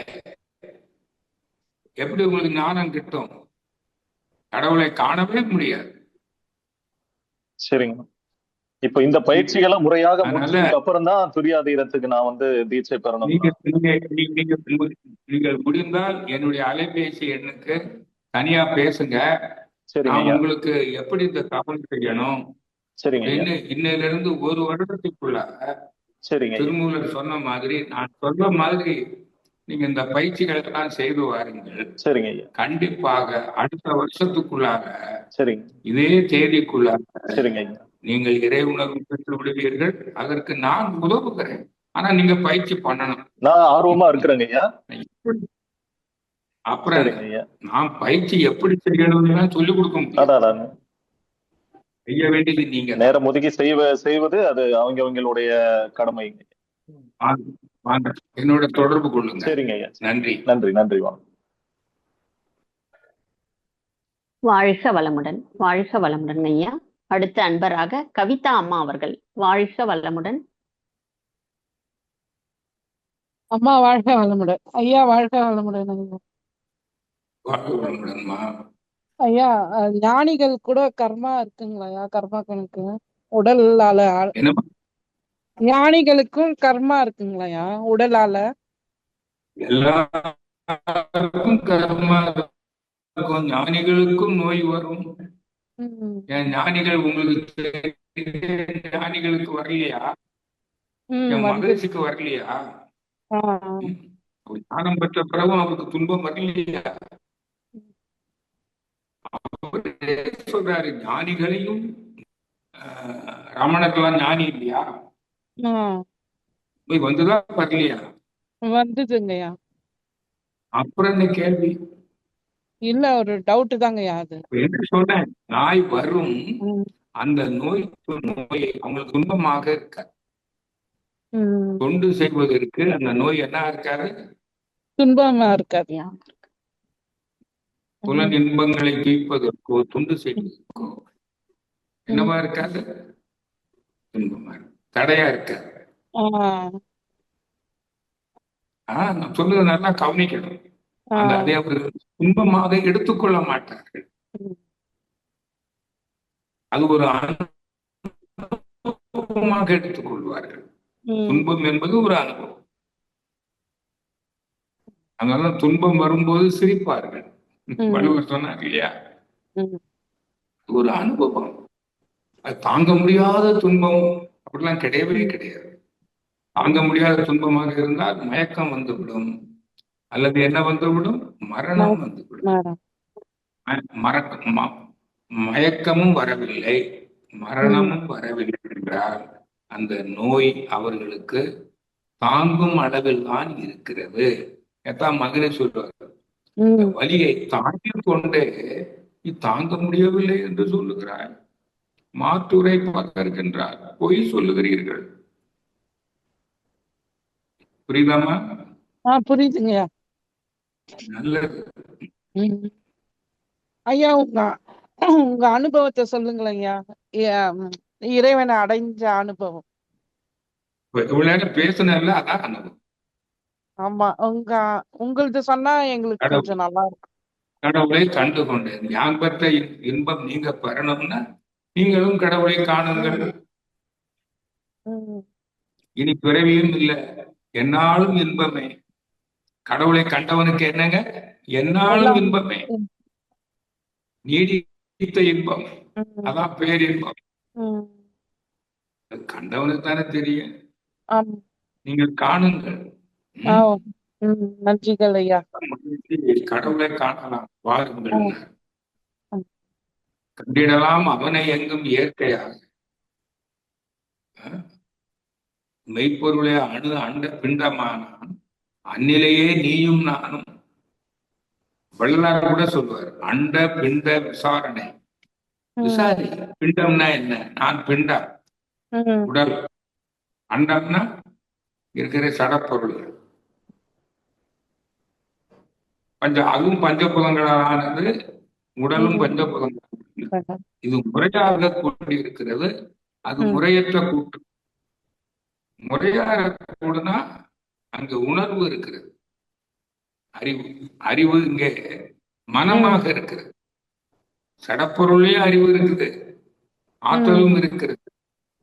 உயிர் பொருளில் என்ன இருக்குதுங்க? அறிவும் இருக்கிறது, ஆற்றலும் இருக்கிறது. அது மனமாக இருக்கிறது, உயிராக. அதான் அறிவின் படற்கை நிலை மனம், உயிர் படற்கை நிலை மனம் என்று நம்முடைய ஆசான் விளக்குறாங்களா இல்லையா? நல்ல தவம் பண்ணுங்கம்மா. சரிங்கய்யா. சிந்திங்க. நன்றிகள் ஐயா. வாழ்க வளமுடன் ஐயா. அம்மா வாழ்க வளமுடன் அம்மா. வாழ்க வளமுடன் அம்மா. நன்றிகள் அம்மா. நன்றிகள் ஐயா. அடுத்த அன்பராக சசிகலா அம்மா அவர்கள். வாழ்க வளமுடன் ஐயா. வாழ்க வளமுடன். நல்லா இருக்கீங்களா? நல்லா இருக்கேன் சசிகலா. அம்மா வாழ்க வளமுடன் அம்மா. இணைப்பு கொடுத்ததுக்கு ஐயா. உங்க ஸ்பீச் நல்லா இருந்ததுங்க ஐயா. எனக்கு ஒரு சின்ன கேள்வி என்னன்னா, இப்போ நீங்க சொல்றீங்க இறைவனை நாம நேர்ல நம்ம தவம் பண்றோம் காண்றோம், அது நீங்க சொல்றது கச்சிதமா இருக்குங்க ஐயா. இப்ப சிறு வயசுலயே இப்போ நம்ம குருவுக்கே வந்த சந்தேகமே அந்த இறைவனுக்கு படையல் போட்டது இதுலதான் சொல்லி புக்ல போட்டிருக்காங்க. அதே மாதிரி இப்போ நீங்க இருக்கீங்க ஐயா. இப்ப நீங்க எவ்வளவு நாளா நீங்க கோயிலுக்கு பக்கத்து சின்ன வயசுல கூட போனதே இல்லையா? ரொம்ப நாள், கொஞ்ச நாளாவது போயிருக்கீங்களா? அறநிலையத்துறையில வேலைக்கு போனதே உள்ளாட்சி தணிக்கையிலிருந்து அறநிலையத்துறை தணிக்கைக்கு விரும்பி கேட்டு வாங்கி போனேன். எதுக்கு தெரியுங்களா? நாள்தோறும் ஏதாவது ஒரு கோயில்ல போய் சாமி கும்பிடலாமே. எதுக்கு? அந்த சாமியை காண வேண்டும். இந்த சினிமாவில வர்ற மாதிரி நான் அப்படி நினைச்சேன். சிலைக்குள்ள இருந்து முருகனை சிலையை கும்பிட்டா முருகன் சிலைக்குள்ள இருந்து முருகன் வருவார், காணலாம். இப்படி கடவுளை காணுவதற்கு தாம அந்த துறைக்கே வந்தேன். ஆனால் நான் அந்த கடவுளை காணவில்லை. எப்படி? எனக்கு காட்சி கொடுக்கல. புரியுதா? அப்படி காட்சி கொடுத்திருந்தால் சினிமாவில தான் கொடுத்திருக்கிறான். இப்படி சிலர் சொல்றாங்க நான் பார்த்தேங்கிறாங்க. நீ உருவத்தை தான் நான் பார்த்தேன், நான் முருகனை பார்த்தேன், காட்சி தந்தார் அருணகிரி கூட சொல்ற. அப்ப இந்த முருகன் கடவுளா? கடவுளுக்கு உருவம் உண்டாமா? அதுதாங்க ஐயா. இப்போ உங்களுக்கும் அந்த புரியுற வயசு வர வரலும் நாம அதுக்கு போனோம். ஆனா நீங்க அதை புரிஞ்சுட்டு விட்டுட்டீங்க. அவர்கள் அவங்களுடைய பேச்ச பார்த்தா அப்படித்தான் இருக்கு. ஒருவேளை அவர் கடவுளை கண்டிருக்கலாம், எப்ப எனக்கு தெரிய. அதன் பிறகு அவர் பாடிய பாடல் எனக்கு தெரியாது. பாடுறவங்க எல்லாம் கண்டவங்க இல்லை. புரியுதா உங்களுக்கு? இப்ப நானே சொல்றேன், நான் கடவுளுக்கு சுத்த வெளின்னு நான் சொல்றேன். சொன்னவுடன் நான் கண்டவன் உங்களுக்கு தெரியுமா? நான் யார் என்பது நான் தான் அறிவேன். அதாவது அவர் சொல்லி இருக்கணும் எங்கேயாவது. அருணகிரி இந்த உருவத்தை கடவுளை கண்டவர்கள், நான் கடவுளை கண்டு கொண்டேன், அவன் உருவம் இல்லாத கடவுளை நான் கண்டு கொண்டேன், அது அறிவு. அது அறிவும் ஆற்றலுமாக உள்ள அருள் பேராற்றல் அப்படின்னு யாராவது சொல்லியிருக்காங்களா? சொல்லுங்க பாருங்க. யாரும் சொல்லுங்க. இப்ப நீங்க ஒரு வார்த்தை சொன்னீங்க, ஆசிரியர்கள் எல்லாருமே கோயிலுக்கு போயிட்டு தான் இருக்காங்க. அந்த சின்ன வயசுல பதிவாகப்பட்டது எப்படிங்க அவ்வளவு சீக்கிரம் மறந்துடுவாங்களா? சரிதாமா. அப்ப போனா போயிட்டே இருக்க, உங்களுக்கு எங்க அமைதி கிடைக்கும்? நீங்களாம் அறநிலைத்துறையில இருந்ததுனால நிறைய சாமி பார்த்ததுனால உங்களுக்கு அந்த அனுபவம் கிடைச்ச உடனே டக்குன்னு ஒரு இதுதான் நல்லதுன்னு அனுபவம் டக்குன்னு வேண்டாம்மா. எடுத்துட்டீங்க. இப்ப நீங்க மகரிஷி கிட்ட வந்துட்டீங்கல்ல, ஆமாங்க ஐயா. மகரிஷி கடவுளை காண்பது காரணம்னு சொன்னாரா இல்லையா? சொன்னாருங்க ஐயா. இதெல்லாம் 10% இதெல்லாம் உண்மைதாங்க ஐயா. ஏமா நெற்றிக்கண்ணை திறந்து நீ பாரு, காந்தத்தை பாரு, ஆகினையில காந்தத்தை பாரு, துரியத்துல விண்ணை பாரு, துரியம் கடந்து சுத்த வெளியை பாரு, அதை காண்பாயாக அப்படின்னு சொன்னாரா இல்லையா? நீங்க செய்யல. அப்புறம் நீங்க செய்யாம நீங்களும் வாழ்க வளமுடன் சொல்லிக்கிட்டு இருந்தா நீங்க சொல்லிக்கிட்டே இருக்க வேண்டியதான். சும்மா கேட்பீங்க நல்லா இருக்கீங்களான்னு. நீங்க நல்லா இருக்கீங்களா முதல்ல நான் கேட்கிறேன் உங்களை. நல்லா இருக்குங்க ஐயா. உங்க ஸ்பீச் எல்லாம் கேட்க கேட்க இன்னும் நல்லாவே இருக்குங்க ஐயா. இல்ல நல்லா இருந்தா நீங்க இந்த கேள்வியே கேட்டிருக்க இப்ப மாட்டீங்க. என்னோட கேள்வியே என்னன்னா, அந்த பழக்க பதிவு நான் சொல்றேன் நோய்க்கான காரணம். அந்த சாமின்னு சின்ன குழந்தையில இருந்தே நம்ம பசுமரத்தாணி மாதிரி குழந்தைங்கள்ல இருந்தே வளர்த்திட்டாங்க. தெரியுமா? அத டக்குன்னு விட முடியலையே, அதுதான் கேட்டேன். அதைத்தான் சொல்றேன். நீங்க இன்னும் இறை உணர்வு பெறவில்லை, கடவுளை காணவில்லை. கடவுளை கண்டவனுக்கு நோய்னா என்ன, நோய்க்கான காரணம் என்ன, நோயை தணிக்கும் வழிமுறைகள் என்ன என்பது தெரியும். வள்ளுவர் சொல்றாரு இல்லைங்களா? நோய் நாடி நோய் முதல் நாடி. சொல்லுங்க பாப்போம். நீங்க என்கிட்ட சொல்லுங்க பாப்போம். நோய்னா என்ன? நோய்னா என்னன்னா மனம் தான் நோய். மனம் சரியில்லைன்னா நோய் வரும். நோய்னா வலி, நீடித்த வலி. அங்கே தப்பு. அந்த வலி எப்போ வருகிறது? வேதாத்திரியம் என்ன சொல்லுது? நீங்க என்ன புரிஞ்சுக்கிட்டீங்க? உயிரோட்டத்துக்கு தடை ஏற்படும் பொழுது. எப்போ உயிரோட்டத்துக்கு தடை ஏற்படுகிறது? செரிமான குறைபாடு, கழிவுகள் தேங்குகிறது. கழிவு எப்போ தேங்கும்? உயிர் சக்தியின் இருப்பு குறையும் போது செரிமான குறைபாடு. எப்போ குறையும்?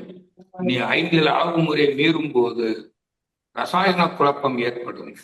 சுற்றுப்புற சூழல் சந்தர்ப்பம் மோதல் கோள்கள் சஞ்சாரம் காரணமாகவும் உடலில் ரசாயன குழப்பம் ஏற்படும் பொழுது சீவகாந்த சக்தி இருப்பு குறையும்.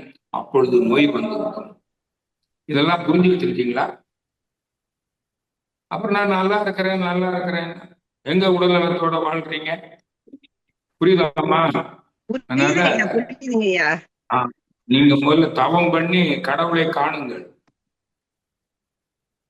கடவுளை காணுங்கள்னு சொல்லிட்டீங்க. அது எப்படி எல்லாம் காணணும் ஒவ்வொரு தரமும் ஒரு சின்ன சின்ன டிப்ஸ் கொடுங்க.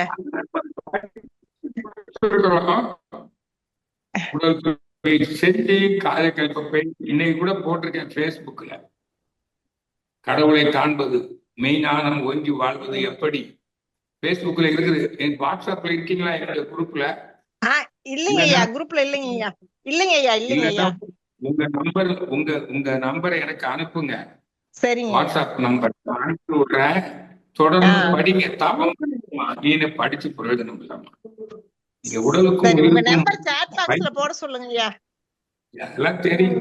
போடுவாங்கம்மா. சரிங்கய்யா, கண்டிப்பா பயிற்சி பண்ணுங்கம்மா. பயிற்சி உடலுக்கும் உயிருக்கும் மட்டும் பயிற்சியா பண்ணா போதும்.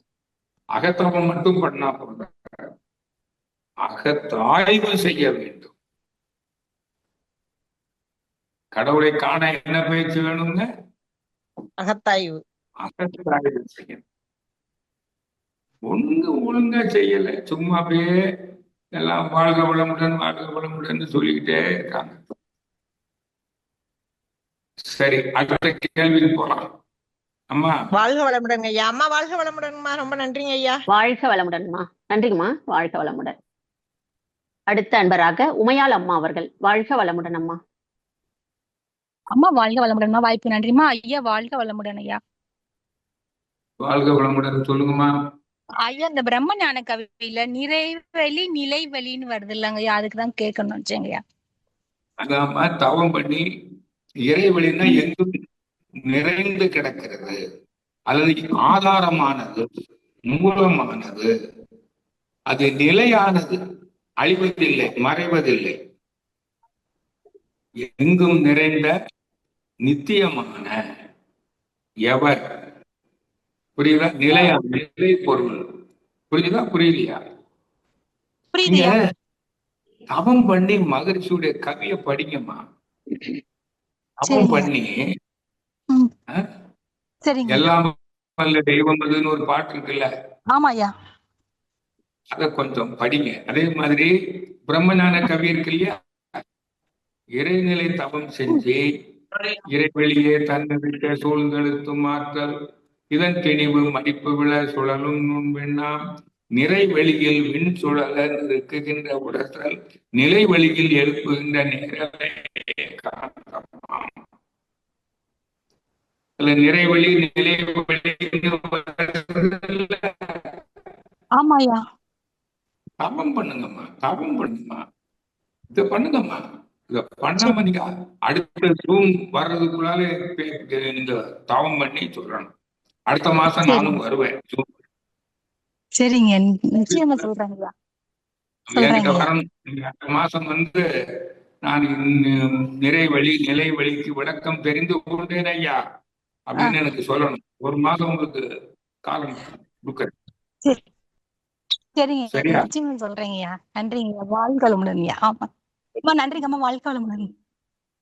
வாழ்க வளமுடன் அம்மா, வாழ்க வளமுடன். நன்றிகள் ஐயா. அடுத்த அன்பராக பத்மாவதி அம்மா அவர்கள். வாழ்க வளமுடன் அம்மா.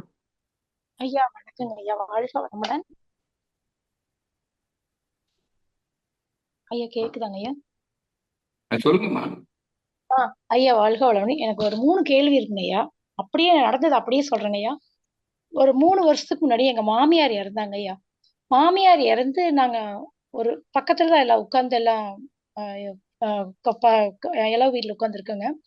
எனக்கு அப்ப எனர்ஜி வந்து அப்படியே மேல இருந்து தலையில அப்படியே பட பட பட படன்னு உள்ள நல்லா உள்ள ஃபீல் ஆகுறத நான் ஃபீல் பண்ணேன். அது என்ன உணர்வு? இது ஒரு கேள்விங்க ஐயா. உங்களோட உயிர் தெரியாத உங்க மாமியாருடைய உயிர் கூட உங்ககிட்ட இறங்கி இருக்கலாம். அப்படிதான் நான் நினைச்சேங்க ஐயா. அத கிளாரிபிகேஷன் பண்ணிக்கிறதுக்காக தான் நீங்க நல்லா மாமியார் உயிர் மருமகளோட சேர்ந்தா உங்களுக்கு உதவும் அல்லவா? உதவ கண்டிப்பா உதவுங்க. ஏன்னா அவங்க நல்லா இருக்கணும்னு நினைப்பாங்க. மாமியார் உங்களுக்கு கேடு பண்ணிக்கிட்டு இருந்தாங்களா? இல்லைங்க ஐயா, நல்லவங்களா ஐயா. அப்ப நல்லது செய்வாங்க. ஓகேங்க ஐயா. அப்புறங்க ஐயா, இப்போ இந்த 4 நாள் முன்னாடி நடந்த ஒரு விஷயம். எங்க அம்மா இறந்து இப்ப 3 மாசம் ஆச்சுங்க ஐயா. எங்க அம்மானே எனக்கு ரொம்ப பிடிக்கும், அவங்களுக்கும் என்ன ரொம்ப பிடிக்கும். அமாவாசைக்கு 2 நாள் முன்னாடி நான் வீட்டுல படுத்திருக்கேங்க ஐயா. கரெக்டா 11:45 11:45 என்ன வந்து ஒரு உழுக்குன உணர்வு. அப்ப டக்குன்னு எந்திரிச்சு மணி பாக்குறேன் 11:45. இந்த மாதிரி இருக்காது. ஏன்னா நான் பயிற்சி எல்லாம் ப்ராப்பரா எல்லா பயிற்சியும் பண்ணுவாங்க. எதை பயிற்சியும் தவம் அதெல்லாம் எல்லாமே பண்ணுவேன். சம்பந்தமே இல்லம்மா. தவம் பண்ணனாலும் பண்ணாட்டாலும் யாருடைய ஆன்மா ஆவி வேணாலும் வரும். அதுதாங்க ஐயா. இது ஒரு கேள்வி. அந்த அன்னைக்கு என்ன ஆச்சுங்க, அமாவாசைக்கு 2 நாள் முன்னாடி 11:45 என்ன ஒரு உழுக்குன உணர்வு. அதனால இப்ப உங்களுக்கு என்ன பிரச்சனை? ஏதாவது பிரச்சனையா? இல்லைங்க ஐயா, அதுக்கு முழுசா முடிச்சிடுறேங்க ஐயா. அப்புறம் மறுபடியும் படுத்தங்க ஐயா.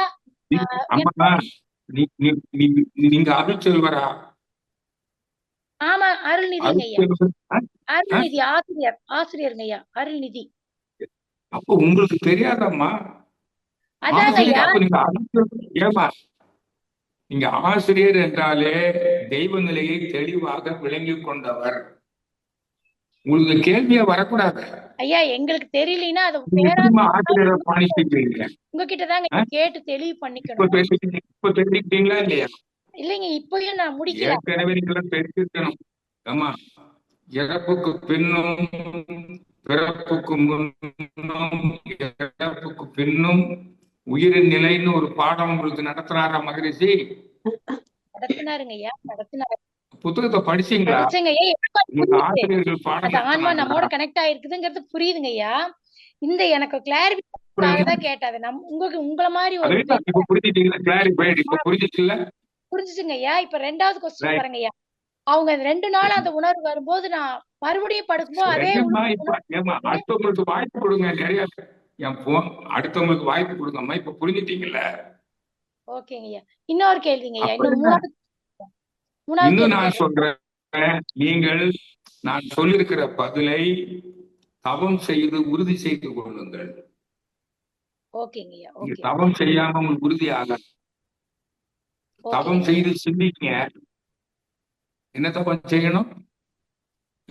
சிந்திக்கணும். தவம் செஞ்சு சிந்திங்க. அப்பதான் நான் சொன்ன பதில் உங்களுக்கு உறுதி பெறும், கன்ஃபார்ம் ஆகும். அது வரைக்கும் உங்களுக்கு கேள்விக்கு இருந்துகிட்டே தான் இருக்கும். இன்னொரு முறை கூட யார்கிட்டயாவது கேட்பீங்க. ஓகேங்கய்யா. இன்னொரு கடைசி கேள்விங்கய்யா. இப்ப நாங்க விவசாய குடும்பம்.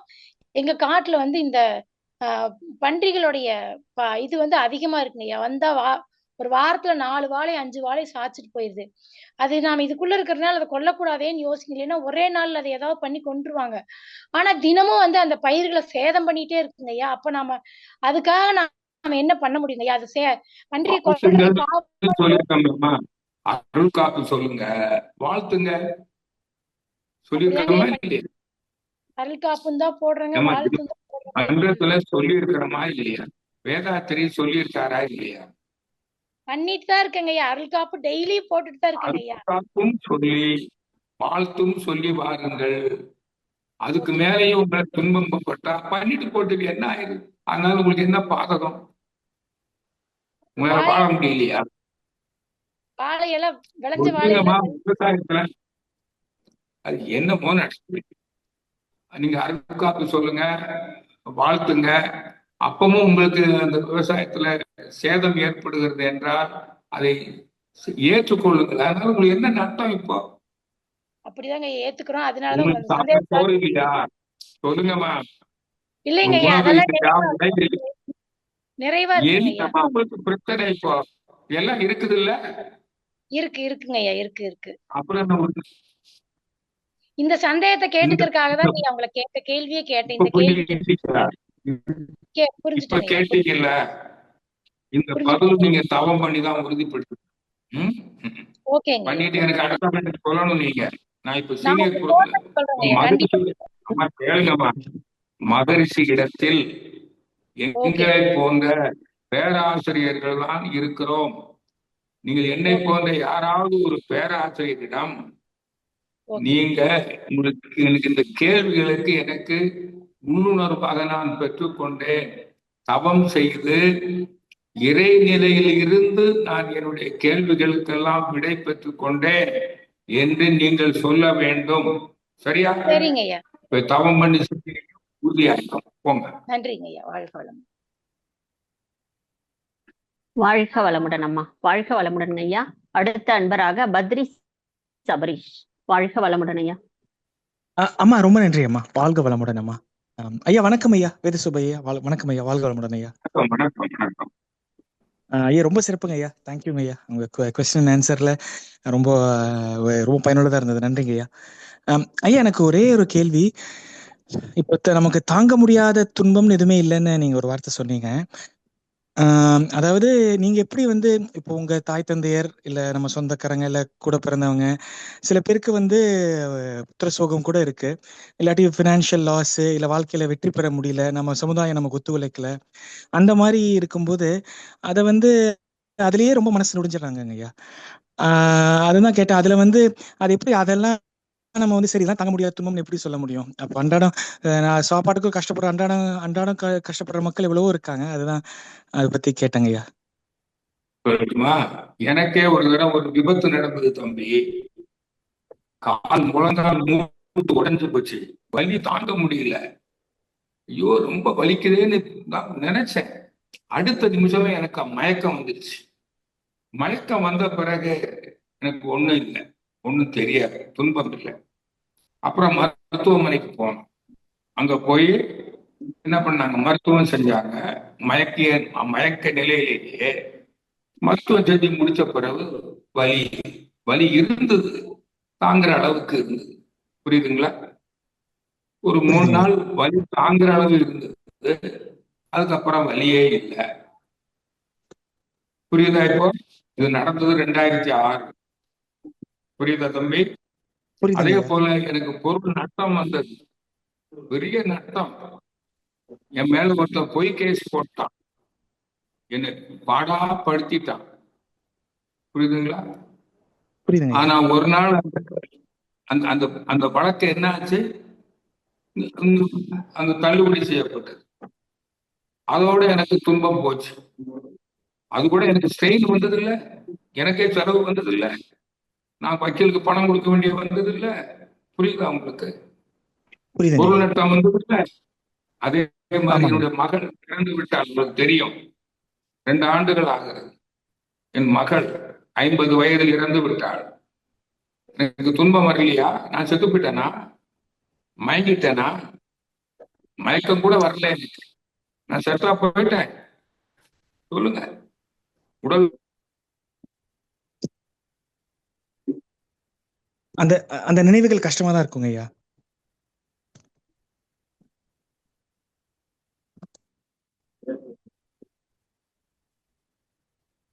தொடர்ந்து நாம் தற்போது கேள்வி பதில் நிகழ்ச்சிக்கு செல்ல இருக்கின்றோம். ஐயா வாழ்க வளமுடன் ஐயா. கேள்வி பதில் நிகழ்ச்சி தொடரலாங்களா ஐயா? தொடரலாம். வாழ்க வளமுடன். தொடர்ந்து ராஜன் அவர்கள். வாழ்க வளமுடன் ஐயா. உங்க மைக்க ஒரு முறை டச் பண்ணி ஐயா கிட்ட பேசலாங்க ஐயா.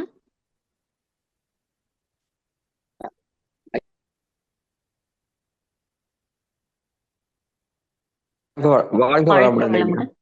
வாழ்க வளமுடன் ஐயா. ஐயா வாழ்க வளமுடன். ஐயா, நம்ம பிறக்கிறப்பே ஒரு ஆண் பிறக்கிறப்ப அவங்களுக்குங்கிற மனைவி வந்து சரியா கடவுள் படைச்சிருப்பாரு, இறை நிலை படைச்சிருக்குங்கிறாங்க. அப்படின்னா நம்ம அந்த காதல் திருமணம் இல்லாட்டி அரேஞ்சு மேரேஜ், பெற்றோர்கள் பார்த்து வைக்கிற கல்யாணம், இதெல்லாம் நம்ம எப்படி இந்த கர்மயத்துக்கு ஒப்பா நமக்கு வாழ்க்கை துணை ஏற்படுது? நீங்க அப்ப செலக்ட் பண்ணும்போது தேர்வு செய்றீங்க இல்லையா? நானும் மனிதனை ஆணை படைக்கிறாங்க, பெண்ணை படைக்கிறாங்க சொல்றாங்க. பெண்ணையும் ஆணையும் படைச்சது யாரு? இறைவன். படைத்தான்னு சொல்றதை விட இறைவனே ஆணாகவும் பெண்ணாகவும் வந்திருக்கிறான். எதுக்கு? ஒருத்தர் உதவுறதுக்கு. தாம்பத்திய உறவு வேணுமா இல்லையா? ஆமா. தாம்பத்திய உறவுக்கு உதவுறதுக்கு ஒரு ஆணுக்கு பெண் வேணும், பெண்ணுக்கு ஆண் வேணும். இப்ப இறைவன் படைச்சானே வச்சுக்குவோம். படைச்சிட்டாங்க, அப்ப இருப்பாங்களா இல்லையா? இருப்பாங்க. இப்ப உங்களுக்கு இங்க பாருங்க, உங்களுக்கு ஒரு ஆடை வேணும்.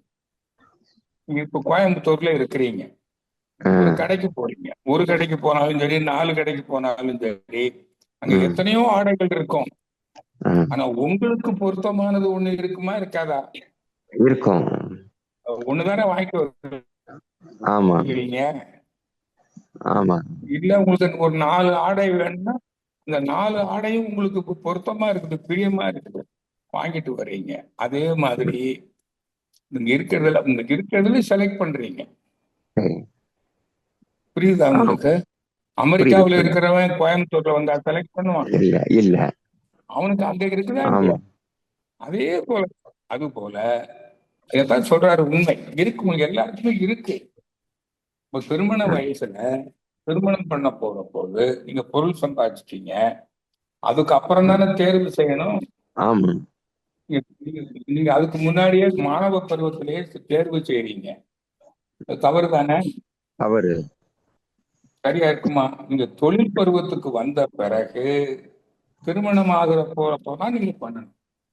அப்ப நீங்க காதல் கூட பண்ணலாம் நீங்க. ஆனா காதலித்து விட்டால் அவர்களையே கல்யாணம் பண்ண வேண்டும். நான் வள்ளுவர் சொல்றேன், களவு ஒழுக்கம். புரியுதா உங்களுக்கு? புரியுது. ஒருத்தர் 23 வயசுல தொழிலுக்கு வந்துட்டாரு. அவரே தேடுறாரு, ஏதோ கண்ணுக்கு பிடிக்குது, மனசுக்கு பிடிக்குது, அவங்களோட பேசுறாங்க. பேசி நாம 2 பேரும் கல்யாணம் பண்ணிக்கலாம்னு ஒத்துக்கொண்ட பிறகுதான் அவர்கள் திருமணம் ஆகும் வரை காதலர்களாக வாழுகிறார்கள். அந்த காதல் வாழ்க்கை காலம் இருக்கு பாருங்க, அப்ப அவங்களுக்கு என்ன இருக்காது? உடல் உறவு இருக்காது. உடல் உறவுல ஈடுபடுவாங்களா? இல்ல. அது அவங்க ஒரு கூட்டர் அரவணைக்கலாம், கை கொடுக்கலாம், தொடலாம். ஆனால் அந்த பால் உறவு இன்பத்தை அனுபவிக்க மாட்டார்கள். புரியுதா உங்களுக்கு? புரியுது. அப்ப அது எப்ப நடக்கும்? இந்த உடல் திருமணத்துக்கு சேர்க்கை பின்னாடி. எப்ப நடக்கும்? அதான் உடல் உறவு. புரியுதா உங்களுக்கு? உடலோடு உடல் உறவு கொள்ளாது. அதான் உடல் உறவு, உடலால் உறவு கொள்ளுதல். புரியுதா உங்களுக்கு? புரியுது. இப்படி வாழ வேண்டியதானே. ஒருத்தருக்கு ஒருத்தர் பிடிச்சிருக்கு, 2 பேருமே வாழ்க்கையை புரிந்து கொண்டு வாழ்கிறார்கள். 2 பேருமே மனவள கலைஞர், தன்னை அறிந்தவர்கள்னு வைங்களேன். அதனாக இருந்த போதே தன்னை அறிந்து விட்டார்கள், ஆன்மாவை அறிந்து விட்டார்கள். அவங்க வாழ்க்கையில விரிசல் வருமா? வராது. புரியுதா? புரியுது புரியுது. இப்போ காதல் பண்றது தவறா? இல்ல. காதல் பண்ணவங்களே நீ கல்யாணம் பண்ணணும். எல்லாருக்கும் கணவன் மனைவி இருக்காங்களா இல்லையா? இருக்காங்க. அப்புறம் நல்லா வாழணும். ஒரு மனைவி ஒருத்தர் கணவனை இறந்துட்டாங்க, மனைவியை இறந்துட்டாங்க, வேற மறுமணம் செய்யக்கூடாதா என்ன? ஒருவனுக்கு ஒருத்தின்னு ஒரே ஒரு பொண்ணு தான் உனக்கு, அதுக்கப்புறம் இனிமே இல்லவே இல்லை, உனக்கு கல்யாணமே ஆகாது. சரிங்க. அப்படியே அர்த்தம் இல்ல இல்ல. புரியுதா? எல்லாம் இந்த புரிதல் இல்லாம ஒவ்வொருத்தரும் எதையோ உளறி கொண்டிருக்கிறார். வேதாத்திரி அப்படி உளரல, வேதாத்திரியன் அப்படி உளரவில்லை. சரிங்க சரிங்கய்யா. நல்லா தெளிவா புரிஞ்சுட்டாயா? புரிஞ்சது. அப்புறம் சொல்லுங்க. நன்றி. வாழ்க வளமுடன். அடுத்த அன்பராக கீதா அவர்கள். வாழ்க வளமுடன் அம்மா. வாழ்க வளமுடன். சுபையா நல்லா இருக்கீங்களா சார்? ராம்நாத் வர்றேன் சென்னையில இருந்து. அப்புறம் சார் 2 இது கேட்கலாம் சார். ஒண்ணு வந்து சார், நம்ம அந்த இது இறந்து போனாக்கா அந்த 3 நாள் ஒரு காரியம் இருக்கு, 13 நாள் ஒரு காரியம் இருக்கு. அந்த ஆவி வந்து ஃபேமிலி சர்க்கிள்ல 3 நாளைக்கு சுத்தமா 13 நாளுக்கு வீடெல்லாம் கிளீன் பண்றாங்கல்ல, அது வரைக்கும் இருக்குமா? இதெல்லாம் ஒண்ணுமே தேவையில்லைங்க. உடலை விட்டு ஒருத்தர் பிரிந்து விட்டால், ஆன்மா பிரிந்து விட்டால், அந்த உடலுக்கு ஒரு மதிப்பளித்து நல்லடக்கம் செய்து விட்டு உங்க வேலையை பார்க்கலாம். அவ்வளவுதான், வேற ஒண்ணுமே செய்ய வேண்டியது. வீட்டுல அந்த பூஜை எல்லாம் பண்றாங்க 3 நாளுக்கு, 13 நாள், 16 நாள். அறியாமல் செய்கிறார்கள். ஓ, அப்படி அறியாமல் செய்கிறார்கள். அப்படிங்களா? 3வது நாள் எதுக்கு கூடுறாங்க தெரியுங்களா? அவங்க சொத்துக்கள் கணக்கெல்லாம் இருக்குமில்ல, சொத்து சுகம்லாம் இருக்கும். 3வது நாளோ அல்லது 13வது நாளோ 16வது நாளோ என்னைக்கோ ஒரு நாளைக்கு கூடி அந்த இறந்து போகக்கூடிய சொத்துக்கள் யார் யாருக்கு போய் சேரணும், அதெல்லாம் முன்னாடி எழுதி வச்சிருப்பாங்களா சார்? உயிரெல்லாம் எல்லாருமே எழுதி வச்சுட்டு போறான். வீட்டுல இருக்கிற சட்டுப்பட்டு தங்க சாமான எல்லாம் என்ன பண்ணுவீங்க? ராட்ல வீட்டுல இருக்கிற பேங்க் பணம் எல்லாம் என்ன பண்ணுவீங்க? Okay sir. அப்புறம் சார் இன்னொரு கேள்வி சார். ஒருத்தர் நாமினி போடுறாங்க, நாமினி போட்டுட்டா வீட்டுல முதல் பிள்ளைக்கு நாமினி போட்டுங்க. அப்ப 2வது 3வது பிள்ளைக்கு சொந்தம் இல்லையா அது? அப்ப வாங்கி எல்லாருக்கும் திருப்பி கொடுக்கணுமா இல்லையா? இதுக்காக தான் அந்த 3வது நாள் 13வது அவங்கவங்க வசதி. இப்ப வெளிநாட்டுல இருந்து வந்திருக்கிறான், அம்மா அப்பா இறந்துட்டாங்க, இங்க வந்துட்டு அவன் எத்தனை நாளைக்கு இருக்க முடியும்? முடியாது. சர்டிபிகேட் வாங்கணும், வாரிசு சர்டிபிகேட் வாங்கணும், இந்த சொத்துக்கள் எல்லாம் செட்டில் பண்ணணும். காசு கொடுத்து வாங்கிடுறாங்க. காசை கொடுத்தோ கொடுக்காமலையா ஒரு 3 நாளாவது டைம் சொல்லுங்க. இதுதான் 13 நாளைக்கு எடுத்துக்கோ. கால விரயம், பொருள் நஷ்டம், அறிவுக்கு தடை, இதெல்லாம் வேண்டியதே இல்லை. ஒரே நாள்ல கூட முடிச்சுட்டு போறவன் இருக்கிறான் இல்லையா? ஆமா, காத்துட்டு இருக்கான், செத்து போவாங்க, காத்துட்டு இருக்கான். அவ்வளவுதான், ஒரே நாள்ல முடிச்சுட்டு போயிருவாங்க பாட்டுல. என்ன கேடு? எல்லாம் செட்டில் பண்ணிட்டு போயிடலாம். ரைட். வேற என்ன சார்? இன்னொரு கேள்வி சார். நம்ம தவம் பண்றோம் இல்லையா, எல்லாரும் தவம் பண்றோம். அதுல நம்ம ஆழ்நிலை தவம் பண்றோமா அந்த டெல்டா நீங்க இதுல நான் இவ்வளவு பண்றோமா? நேரம் என்னுடைய உரையை கேட்டீங்களா இல்லையா? இவ்வளவு நேரம் இல்ல என்னுடைய சார், என்ன உரையை சார்? கேட்டீங்களா இல்லையா? இல்ல நான் இப்ப கேட்கல. ஆழ்நிலை இன்னும் இப்ப தவம் வேற, ஹாஸ்பிட்டல் இடைநிலை அம்மா தவம் வேற ஹாஸ்பிட்டல் அட்மிட் பண்ணுங்க. ஹாஸ்பிட்டலுக்கு வந்திருக்கு இப்பதான். சொல்றத அது கேளுங்க ஐயா. ஓகே. ஆழ்ந்து தவம் செய்தால் அதற்கு பெயர் ஆழ்நிலை தவம். ஓ ஒண்ணும் இல்லை, முறையாக தவம் செய்தால் அதுக்கு பேர் தான் ஆழ்நிலை தவம். ஓ ஆழ்நிலை தவம் மகிழ்ச்சி காலத்துல ஏதாவது என்னைக்காவது சொல்லியிருக்காரா?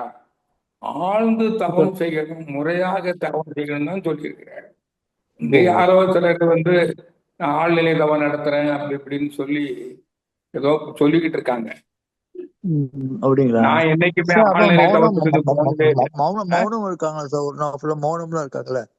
மௌனத்துல இருந்து செய்கிற தவம் தவம் தானே. ஆழ்ந்து தவம் செய்வதற்கு மௌன காலம் துணை செய்யும். புரியுதா? மௌன காலம் ஆழ்ந்து தவம் செய்வதற்கு, முறையாக தவம் செய்வதற்கு மௌன காலம் உதவும். நீங்க மௌனம் இருந்து ஆழ்ந்து தவம் பண்ணல. அதனாலதான் உங்களுக்கு நீங்கள் இன்னும் கடவுளை காணவில்லை. கடவுளை கண்டவனுக்கு கேள்வியே இருக்காது, தெரியுமா உங்களுக்கு? ஞானிக்கு ஏது கேள்வி? ஞானி பதிலாக இருப்பான். அவரே கேள்வி அவரே பதில் இருக்குல்ல, நீங்க உங்களுக்கு இன்னும் கேள்வி இருக்குது இல்ல? கேள்வி கேட்டுட்டு தானே இருக்கிறீங்க. ஆமா. நீங்க அந்த கேள்விக்கான பதிலை நீங்கள் இறைநிலை தவம் செய்து பெற்றுவிட்டால் இனி எந்த கேள்வி வந்தாலும் இறைவனிடமிருந்தே உங்களுக்கு பதில் கிடைக்கும். என்னிடம் கேட்க மாட்டீர்கள். உங்கள் கேள்வியை வச்சுக்கிட்டு தவம் பண்ணி சுத்த வெளியை நினைச்சு அந்த இறைவனிடம் இந்த கேள்வியை கேளுங்க. கேட்டுட்டு மௌனமா உட்கார்ந்துருங்க. அந்த இறைவனையே நினைச்சுக்கிட்டு இருங்க. சுத்த வெளிய உள்ளுணர்வாக ஓசை இல்லாத சொற்கள் மூலம் இறைவன் உங்கள் கேள்விக்கு பதில் சொல்லுவான். ஓகே ஓகே, நன்றி. Okay, thank you sir. வாழ்க நன்றி. வாழ்க வளமுடன் ஐயா, வாழ்க வளமுடன். அடுத்த அன்பராக லக்ஷ்மணன் காந்திமதி ஐயா அவர்கள். வாழ்க வளமுடன் ஐயா. ஆமா, நன்றிங்கம்மா வாய்ப்பு கொடுத்தமைக்கு. வாழ்க வளமுடன் ஐயா. வாழ்க வளமுடன் ஐயா. ஐயா ஒவ்வொரு கேள்வி பதிலும் ரொம்ப சிறப்பா இருந்ததுங்க ஐயா. அதாவது இப்ப இன்ஸ்டண்டா உங்கள்கிட்ட பதில் தெரிஞ்சுக்கிறதுக்கு தான் கேட்கிறேன். நீங்க சொல்ற மாதிரி இறைநிலையோட தவம் இருந்து பொறுமையா அதை கேள்வி பதில் கேட்டுக்கிறது ஒரு விஷயம். இருந்தாலும் மனிதன் இருந்தாலும் சரி இறந்தாலும் சரி பணத்துக்காக இவ்வளவு பணம் சொத்து இதுக்கு கொடுக்கக்கூடிய முக்கியத்துவம் வேற. இப்ப நம்மளுடைய தியான நிலையக்கா இருக்கட்டும், ஒரு உடற்பயிற்சி காயல் இந்த மாதிரி ஒரு விஷயங்களுக்காரு இதுக்கு கொடுக்க வித்தியாசம் நிறைய வித்தியாசப்படுத்துங்க ஐயா. முக்கியத்துவம் பணத்துக்கு அவ்வளவு முக்கியத்துவம் கொடுக்குறாங்க. அதை நோக்கி தான் எல்லாமே போறாங்க. அதனால ஒரு குடும்பத்திலேயா இருக்கட்டும், வெளியில நபர்களா இருக்கட்டும், ஏன் அந்த பணத்துக்கு இவ்வளவு ஒரு இம்பார்ட்டன்ஸ் கொடுத்து அதை தான் ஒரு இதா வைக்கிறாங்களா ஐயா? அதுக்கு காரணம் என்னங்க ஐயா? பணம்னா பொருள். பணம்னா என்னதுங்க? வாங்கும் சக்தி, பொருளை வாங்கியும் சக்தி. பொருள் இல்லைன்னா உயிர் வாழ முடியுமா? இல்லைங்க. அப்போ உணவு உடை உறைவிடம் இல்லாமல் நீங்கள் உங்க உயிர் வாழ முடியுமா? முடியாதுங்க ஐயா. சொல்லுங்க. முடியாதுதாங்க ஐயா. அப்ப நீங்க சொல்றதுக்கு கேளு. பொருள் இல்லாருக்கு உலகம் இல்லை. அதனால பொருளுக்கு முக்கியத்துவம் கொடுக்கணுமா வேண்டாமா? கொடுக்கணுங்க ஐயா. அப்புறம் என்ன? பொருள் இருக்குல்ல. அப்ப பொருள் தேடி போறப்ப இந்த நம்ம இயற்கை சார்ந்த பொருள் தேடி தொழில் செய்றீங்க. மகரிஷி ஒரு காலத்தில் தொழில் செய்து பொருள் ஈட்டினார். அதன் பிறகு மக்களுக்கு அறிவை கொடுத்தார். மக்கள் அவர்களாக பொருளை கொடுத்து விட்டார்கள். புரியுதா உங்களுக்கு? அப்ப பொருள் எல்லாருக்கும் தான் வேணும். மகரிஷிக்கு தான் பொருள் வேணும். மகரிஷி சொல்லுவாரு, நான் பேருந்துல போனா கண்டக்டர் என்கிட்ட டிக்கெட் கேட்பானே, வாங்க சொல்லுவானே, அப்ப எனக்கு பணம் வேணுமேன்னு கேட்டு சொன்னார். உண்மையா இல்லையா?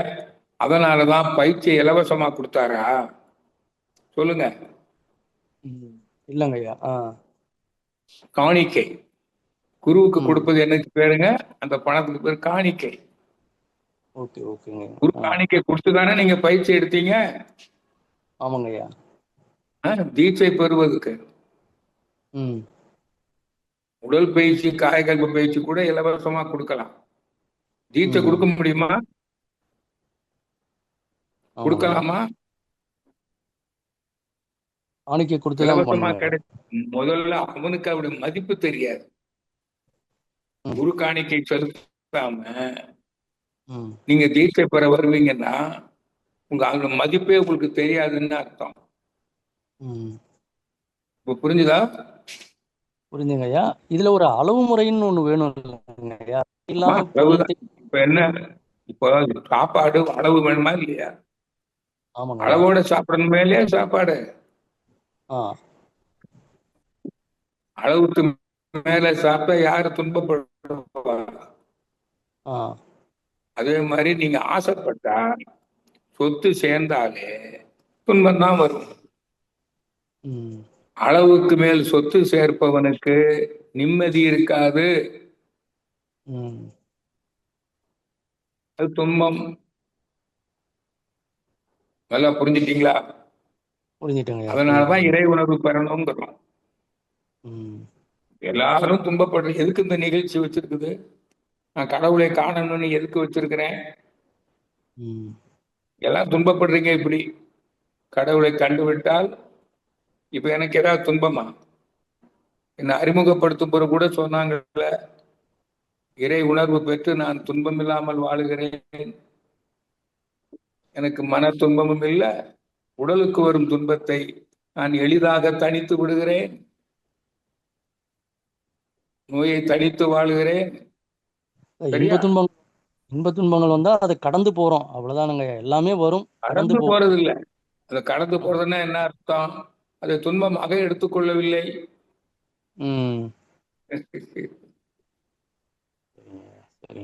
இன்பத்தையும் இன்பத்தில் மயங்கவில்லை, துன்பத்தை கடந்து போகிறோம். புரியுதா? ஓகே, புரியுதுங்க ஐயா. ஐயா இன்னொரு கேள்விங்க ஐயா. இப்ப 18 நான் ஒரு இதுக்கு சொல்றேன், ஒரு 18 சித்தர்கள் சொல்றோம் இல்லையா, அந்த சித்தர்கள் எல்லாமே இறைநிலை தேடி தவம் இருந்து இது பண்றப்ப அவங்களும் இறைநிலையை தானே இங்க உணர்ந்து இது பண்ணாங்க. இப்ப நம்ம வந்து சித்தர்கள் என்றாலே அறிவை அறிந்தவர்கள், அறிவை தெய்வமாக அறிந்தவர்கள் சித்தர்கள். சித்தம்னா அறிவு தானே. அவர்களோட எண்ணம் சொல் செயல் மட்டும் சொன்னா நடக்குது இல்லைங்கய்யா, அதுக்கு நிலை வர்றதுக்கு காரணம் என்னங்க? அவங்களுக்கு என்ன சொன்னாங்க? பிறருக்கு சொன்னதா? அவங்க என்ன சொன்னாங்க? நீ நீ நல்லதை செஞ்சா நல்லா இருப்ப, அப்படித்தானே சொன்னாங்க. ஆமாங்கய்யா. ஆசி வழங்கினார்கள். நீ நல்லதை செய்தால் நீ நல்லா இருப்ப, எத்தனை சொன்னாங்க. இப்ப யாரு நல்லதை செய்யறாங்களோ அவங்க நல்லா இருப்பாங்க, அவங்களுடைய வாழ்த்து பலித்து விடும். நீ நல்லா இருக்கணும்னா நல்லதை செய். இதானுங்க சொல்லுவதற்கான வாழ்த்து. அவங்க ஒரு சொல் ஏதாவது செஞ்சாலோ ஒரு இது பண்ணாலோ, ஒரு நோய் இருக்கிறவங்க இது பண்ணா நோய் சரியாயிடுது இல்லைங்க. அவங்களுக்கு அந்த தெய்வீக சக்தி கிடைக்கும். நோய் குணமாயிடுதா? எல்லாருக்கும் குணமாயிடுதா? சொல்லுங்க. அவனுக்கு என்னன்னா, அவன் நல்லவன், ஏதோ கொஞ்சம் பாவம் இருந்திருக்குது, குருவி உட்கார்ந்த உடனே பணம் விழுந்துருச்சு. புரியுதா?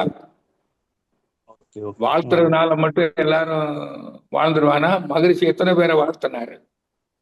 வாழ்த்தினவங்க எல்லாம், வாழ்த்துறவங்க நிறைய பேர் விபத்துலயே செத்து போயிட்டாங்களே. புரியுது? தெரியுமா தெரியாதா உங்களுக்கு? டாக்டர் அனந்த நாராயணன் மகிழ்ச்சியோடு ரொம்ப நெருக்கமான நண்பர், அவர் விபத்துல தானே இறந்து போனாரு.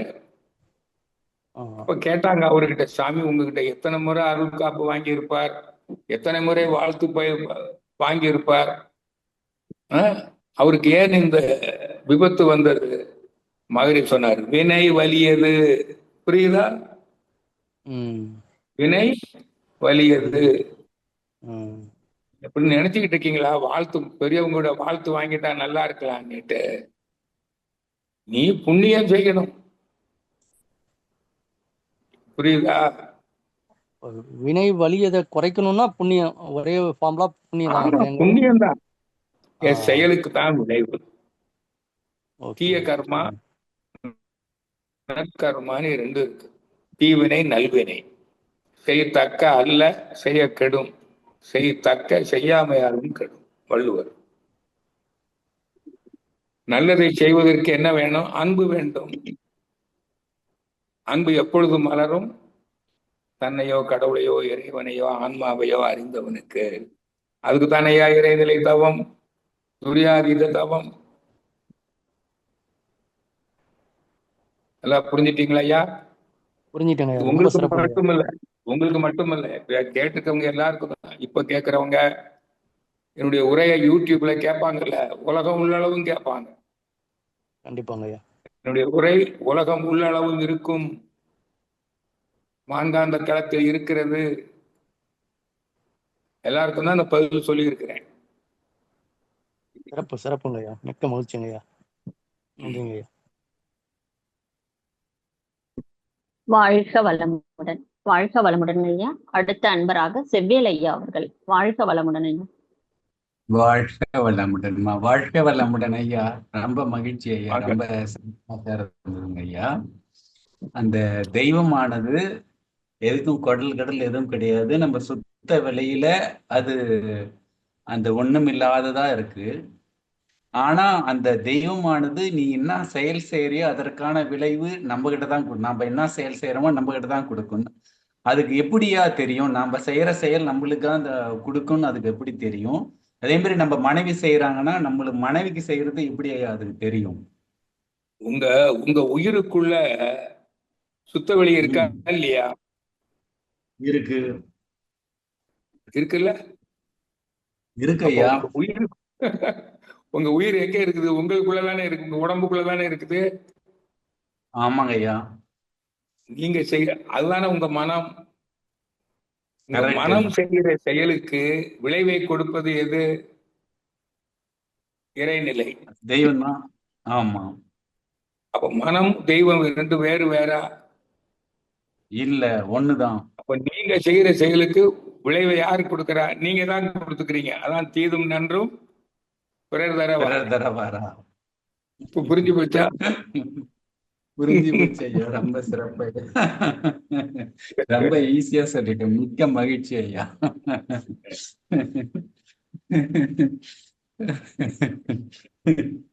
உங்களுக்கு புரிந்து விட்டதாக நான் மகிழ்கிறீர்கள் செவ்வேல். உண்மை. மகிழ்ச்சியாக தான் சார். ரொம்ப மகிழ்ச்சி ஐயா. ஞானம் ஒவ்வொரு ஸ்லைடும் போடுறது மக்களுக்கு போய் எந்த அளவுக்கு போடுறீங்கன்னு எல்லாருக்கும் அன்பர்களுக்கு அனுப்புறேன் ஐயா. நல்லதுங்க ஐயா. ரொம்ப தொண்டாற்றி நீங்க இன்பம் காணுங்க. ரொம்ப மகிழ்ச்சியா மன நிறைவா தொண்டாற்றுங்க. தொண்டாற்றி இன்பம் காண்போம்னு Facebookலயே போட்டிருக்கிறேன். நல்லது.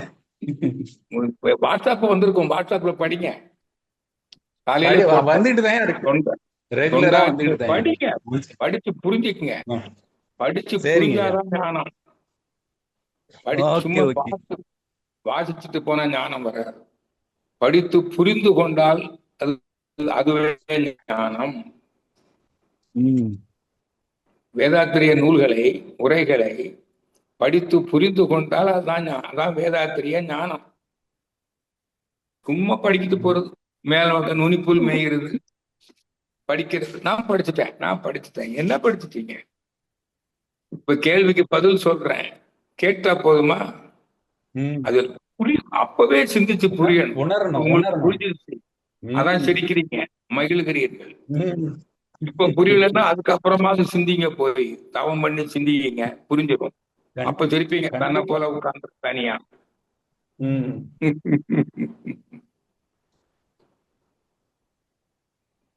மகிழ்ச்சி. ரொம்ப வாழ்க வளமுடன் ஐயா. ஐயா நிறைவு செய்துக்கலாங்களா ஐயா? நிறைய பண்ணுங்களேன். யாருக்கு இல்லைன்னா நிறைய பண்ணிக்கங்க. இல்லைன்னா என்னுடைய தொலைபேசி எண்ணை கொடுத்துருங்க. 2 முறை பதிவிட்டுட்டேங்கய்யா. இன்னொரு முறை வேணா போட்டுறேங்க. வாழ்க வளமுடன். போட்டு விடுங்க, தேவையான பண்ணிருப்பாங்க. பாருங்க, சரி. பக்தி யோகம் பாருங்க, பக்தி யோகம் ஞானம்னா என்னென்னலாம் போட்டிருக்கேன் இன்னைக்கு. சரிங்க. இதுல ஆமா வரும், என்னுடைய ஸ்டேட்டஸ்ல போட்டிருக்கிறேன், ஃபேஸ்புக்ல வரும், வாட்ஸ்அப்ல வரும். வேதாத்திரியம் சொல்வதை நீங்க தவம் பண்ணி படிக்கணும். தவம் பண்ணியிருந்தாதான் உங்களுக்கு புரியும். ஆக முதல்ல தவம் பண்ணுங்க. நம்ம நிகழ்ச்சிகள்லாம் எப்படிங்க நடக்குது? முதல்ல தவம் பண்ணி தானே சிந்தனை விருந்து கொடுக்குறோம். எந்த ஒரு நிகழ்ச்சியும் முதல்ல தவம் தானே பண்றோம். ஆக தவம் பண்ணிக்கிட்டு படிங்க வேதாத்திரிய வாழ்வியல் சிந்தனைகளை புரிந்துவிடும். அப்படி புரியவில்லை என்றால் என்னிடம் கேளுங்கள். நீங்கள் தவம் செய்திருந்தால் புரிந்துவிடும். ஏனென்றால் நூல்களை படித்தும் உரைகளை கேட்டு மட்டுமே, நேரடியாக கேட்டு மட்டுமே ஞானம் பெற முடியாது. கலந்துரையாட வேண்டும். நான் மகரிஷியிடம் நூல்களை மட்டும் படிக்கல, அவள் உரையை மட்டும் கேட்கல, பல முறை பல மணி நேரங்கள் அவரோடு நான் கலந்துரையாடி இருக்கிறேன். அவர் நடத்திய பயிற்சிகள் எல்லாம் கேள்விகள் கேட்டு நான் விளக்கம் பெற்றிருக்கிறேன் ஐயா. அதுபோல நீங்கள் இப்ப என்னோடு பேசுங்கள், என்னோடு கேள்வி கேளுங்கள். நான் வேதாத்திரியன், மகரிஷி உணர்த்திய அத்தனையையும் அவர் உணர்ந்து ஓதியதை நான் ஓதி உணர்ந்து கொண்டவன் என்ற முறையில உங்க எல்லாருக்கும் சொல்லிக் கொள்கிறேன். நீங்கள் தவம் செய்யுங்கள், படியுங்கள். புரியவில்லை என்றால் என்னோட அலைபேசியில் தொடர்பு கொள்ளுங்கள். நீங்கள் ஞானம் பெறுவீர்கள் என்று உங்கள் அனைவருக்கும் எனது வாழ்த்துக்களை தெரிவித்து நிறைவு செய்கிறேன். அனைவருக்கும் நன்றி, மகிழ்ச்சி, வாழ்த்துக்கள். வாழ்க வளமுடன். நம் கடமை அறவாழ்வின் நாட்டத்தே சிறக்கட்டும்.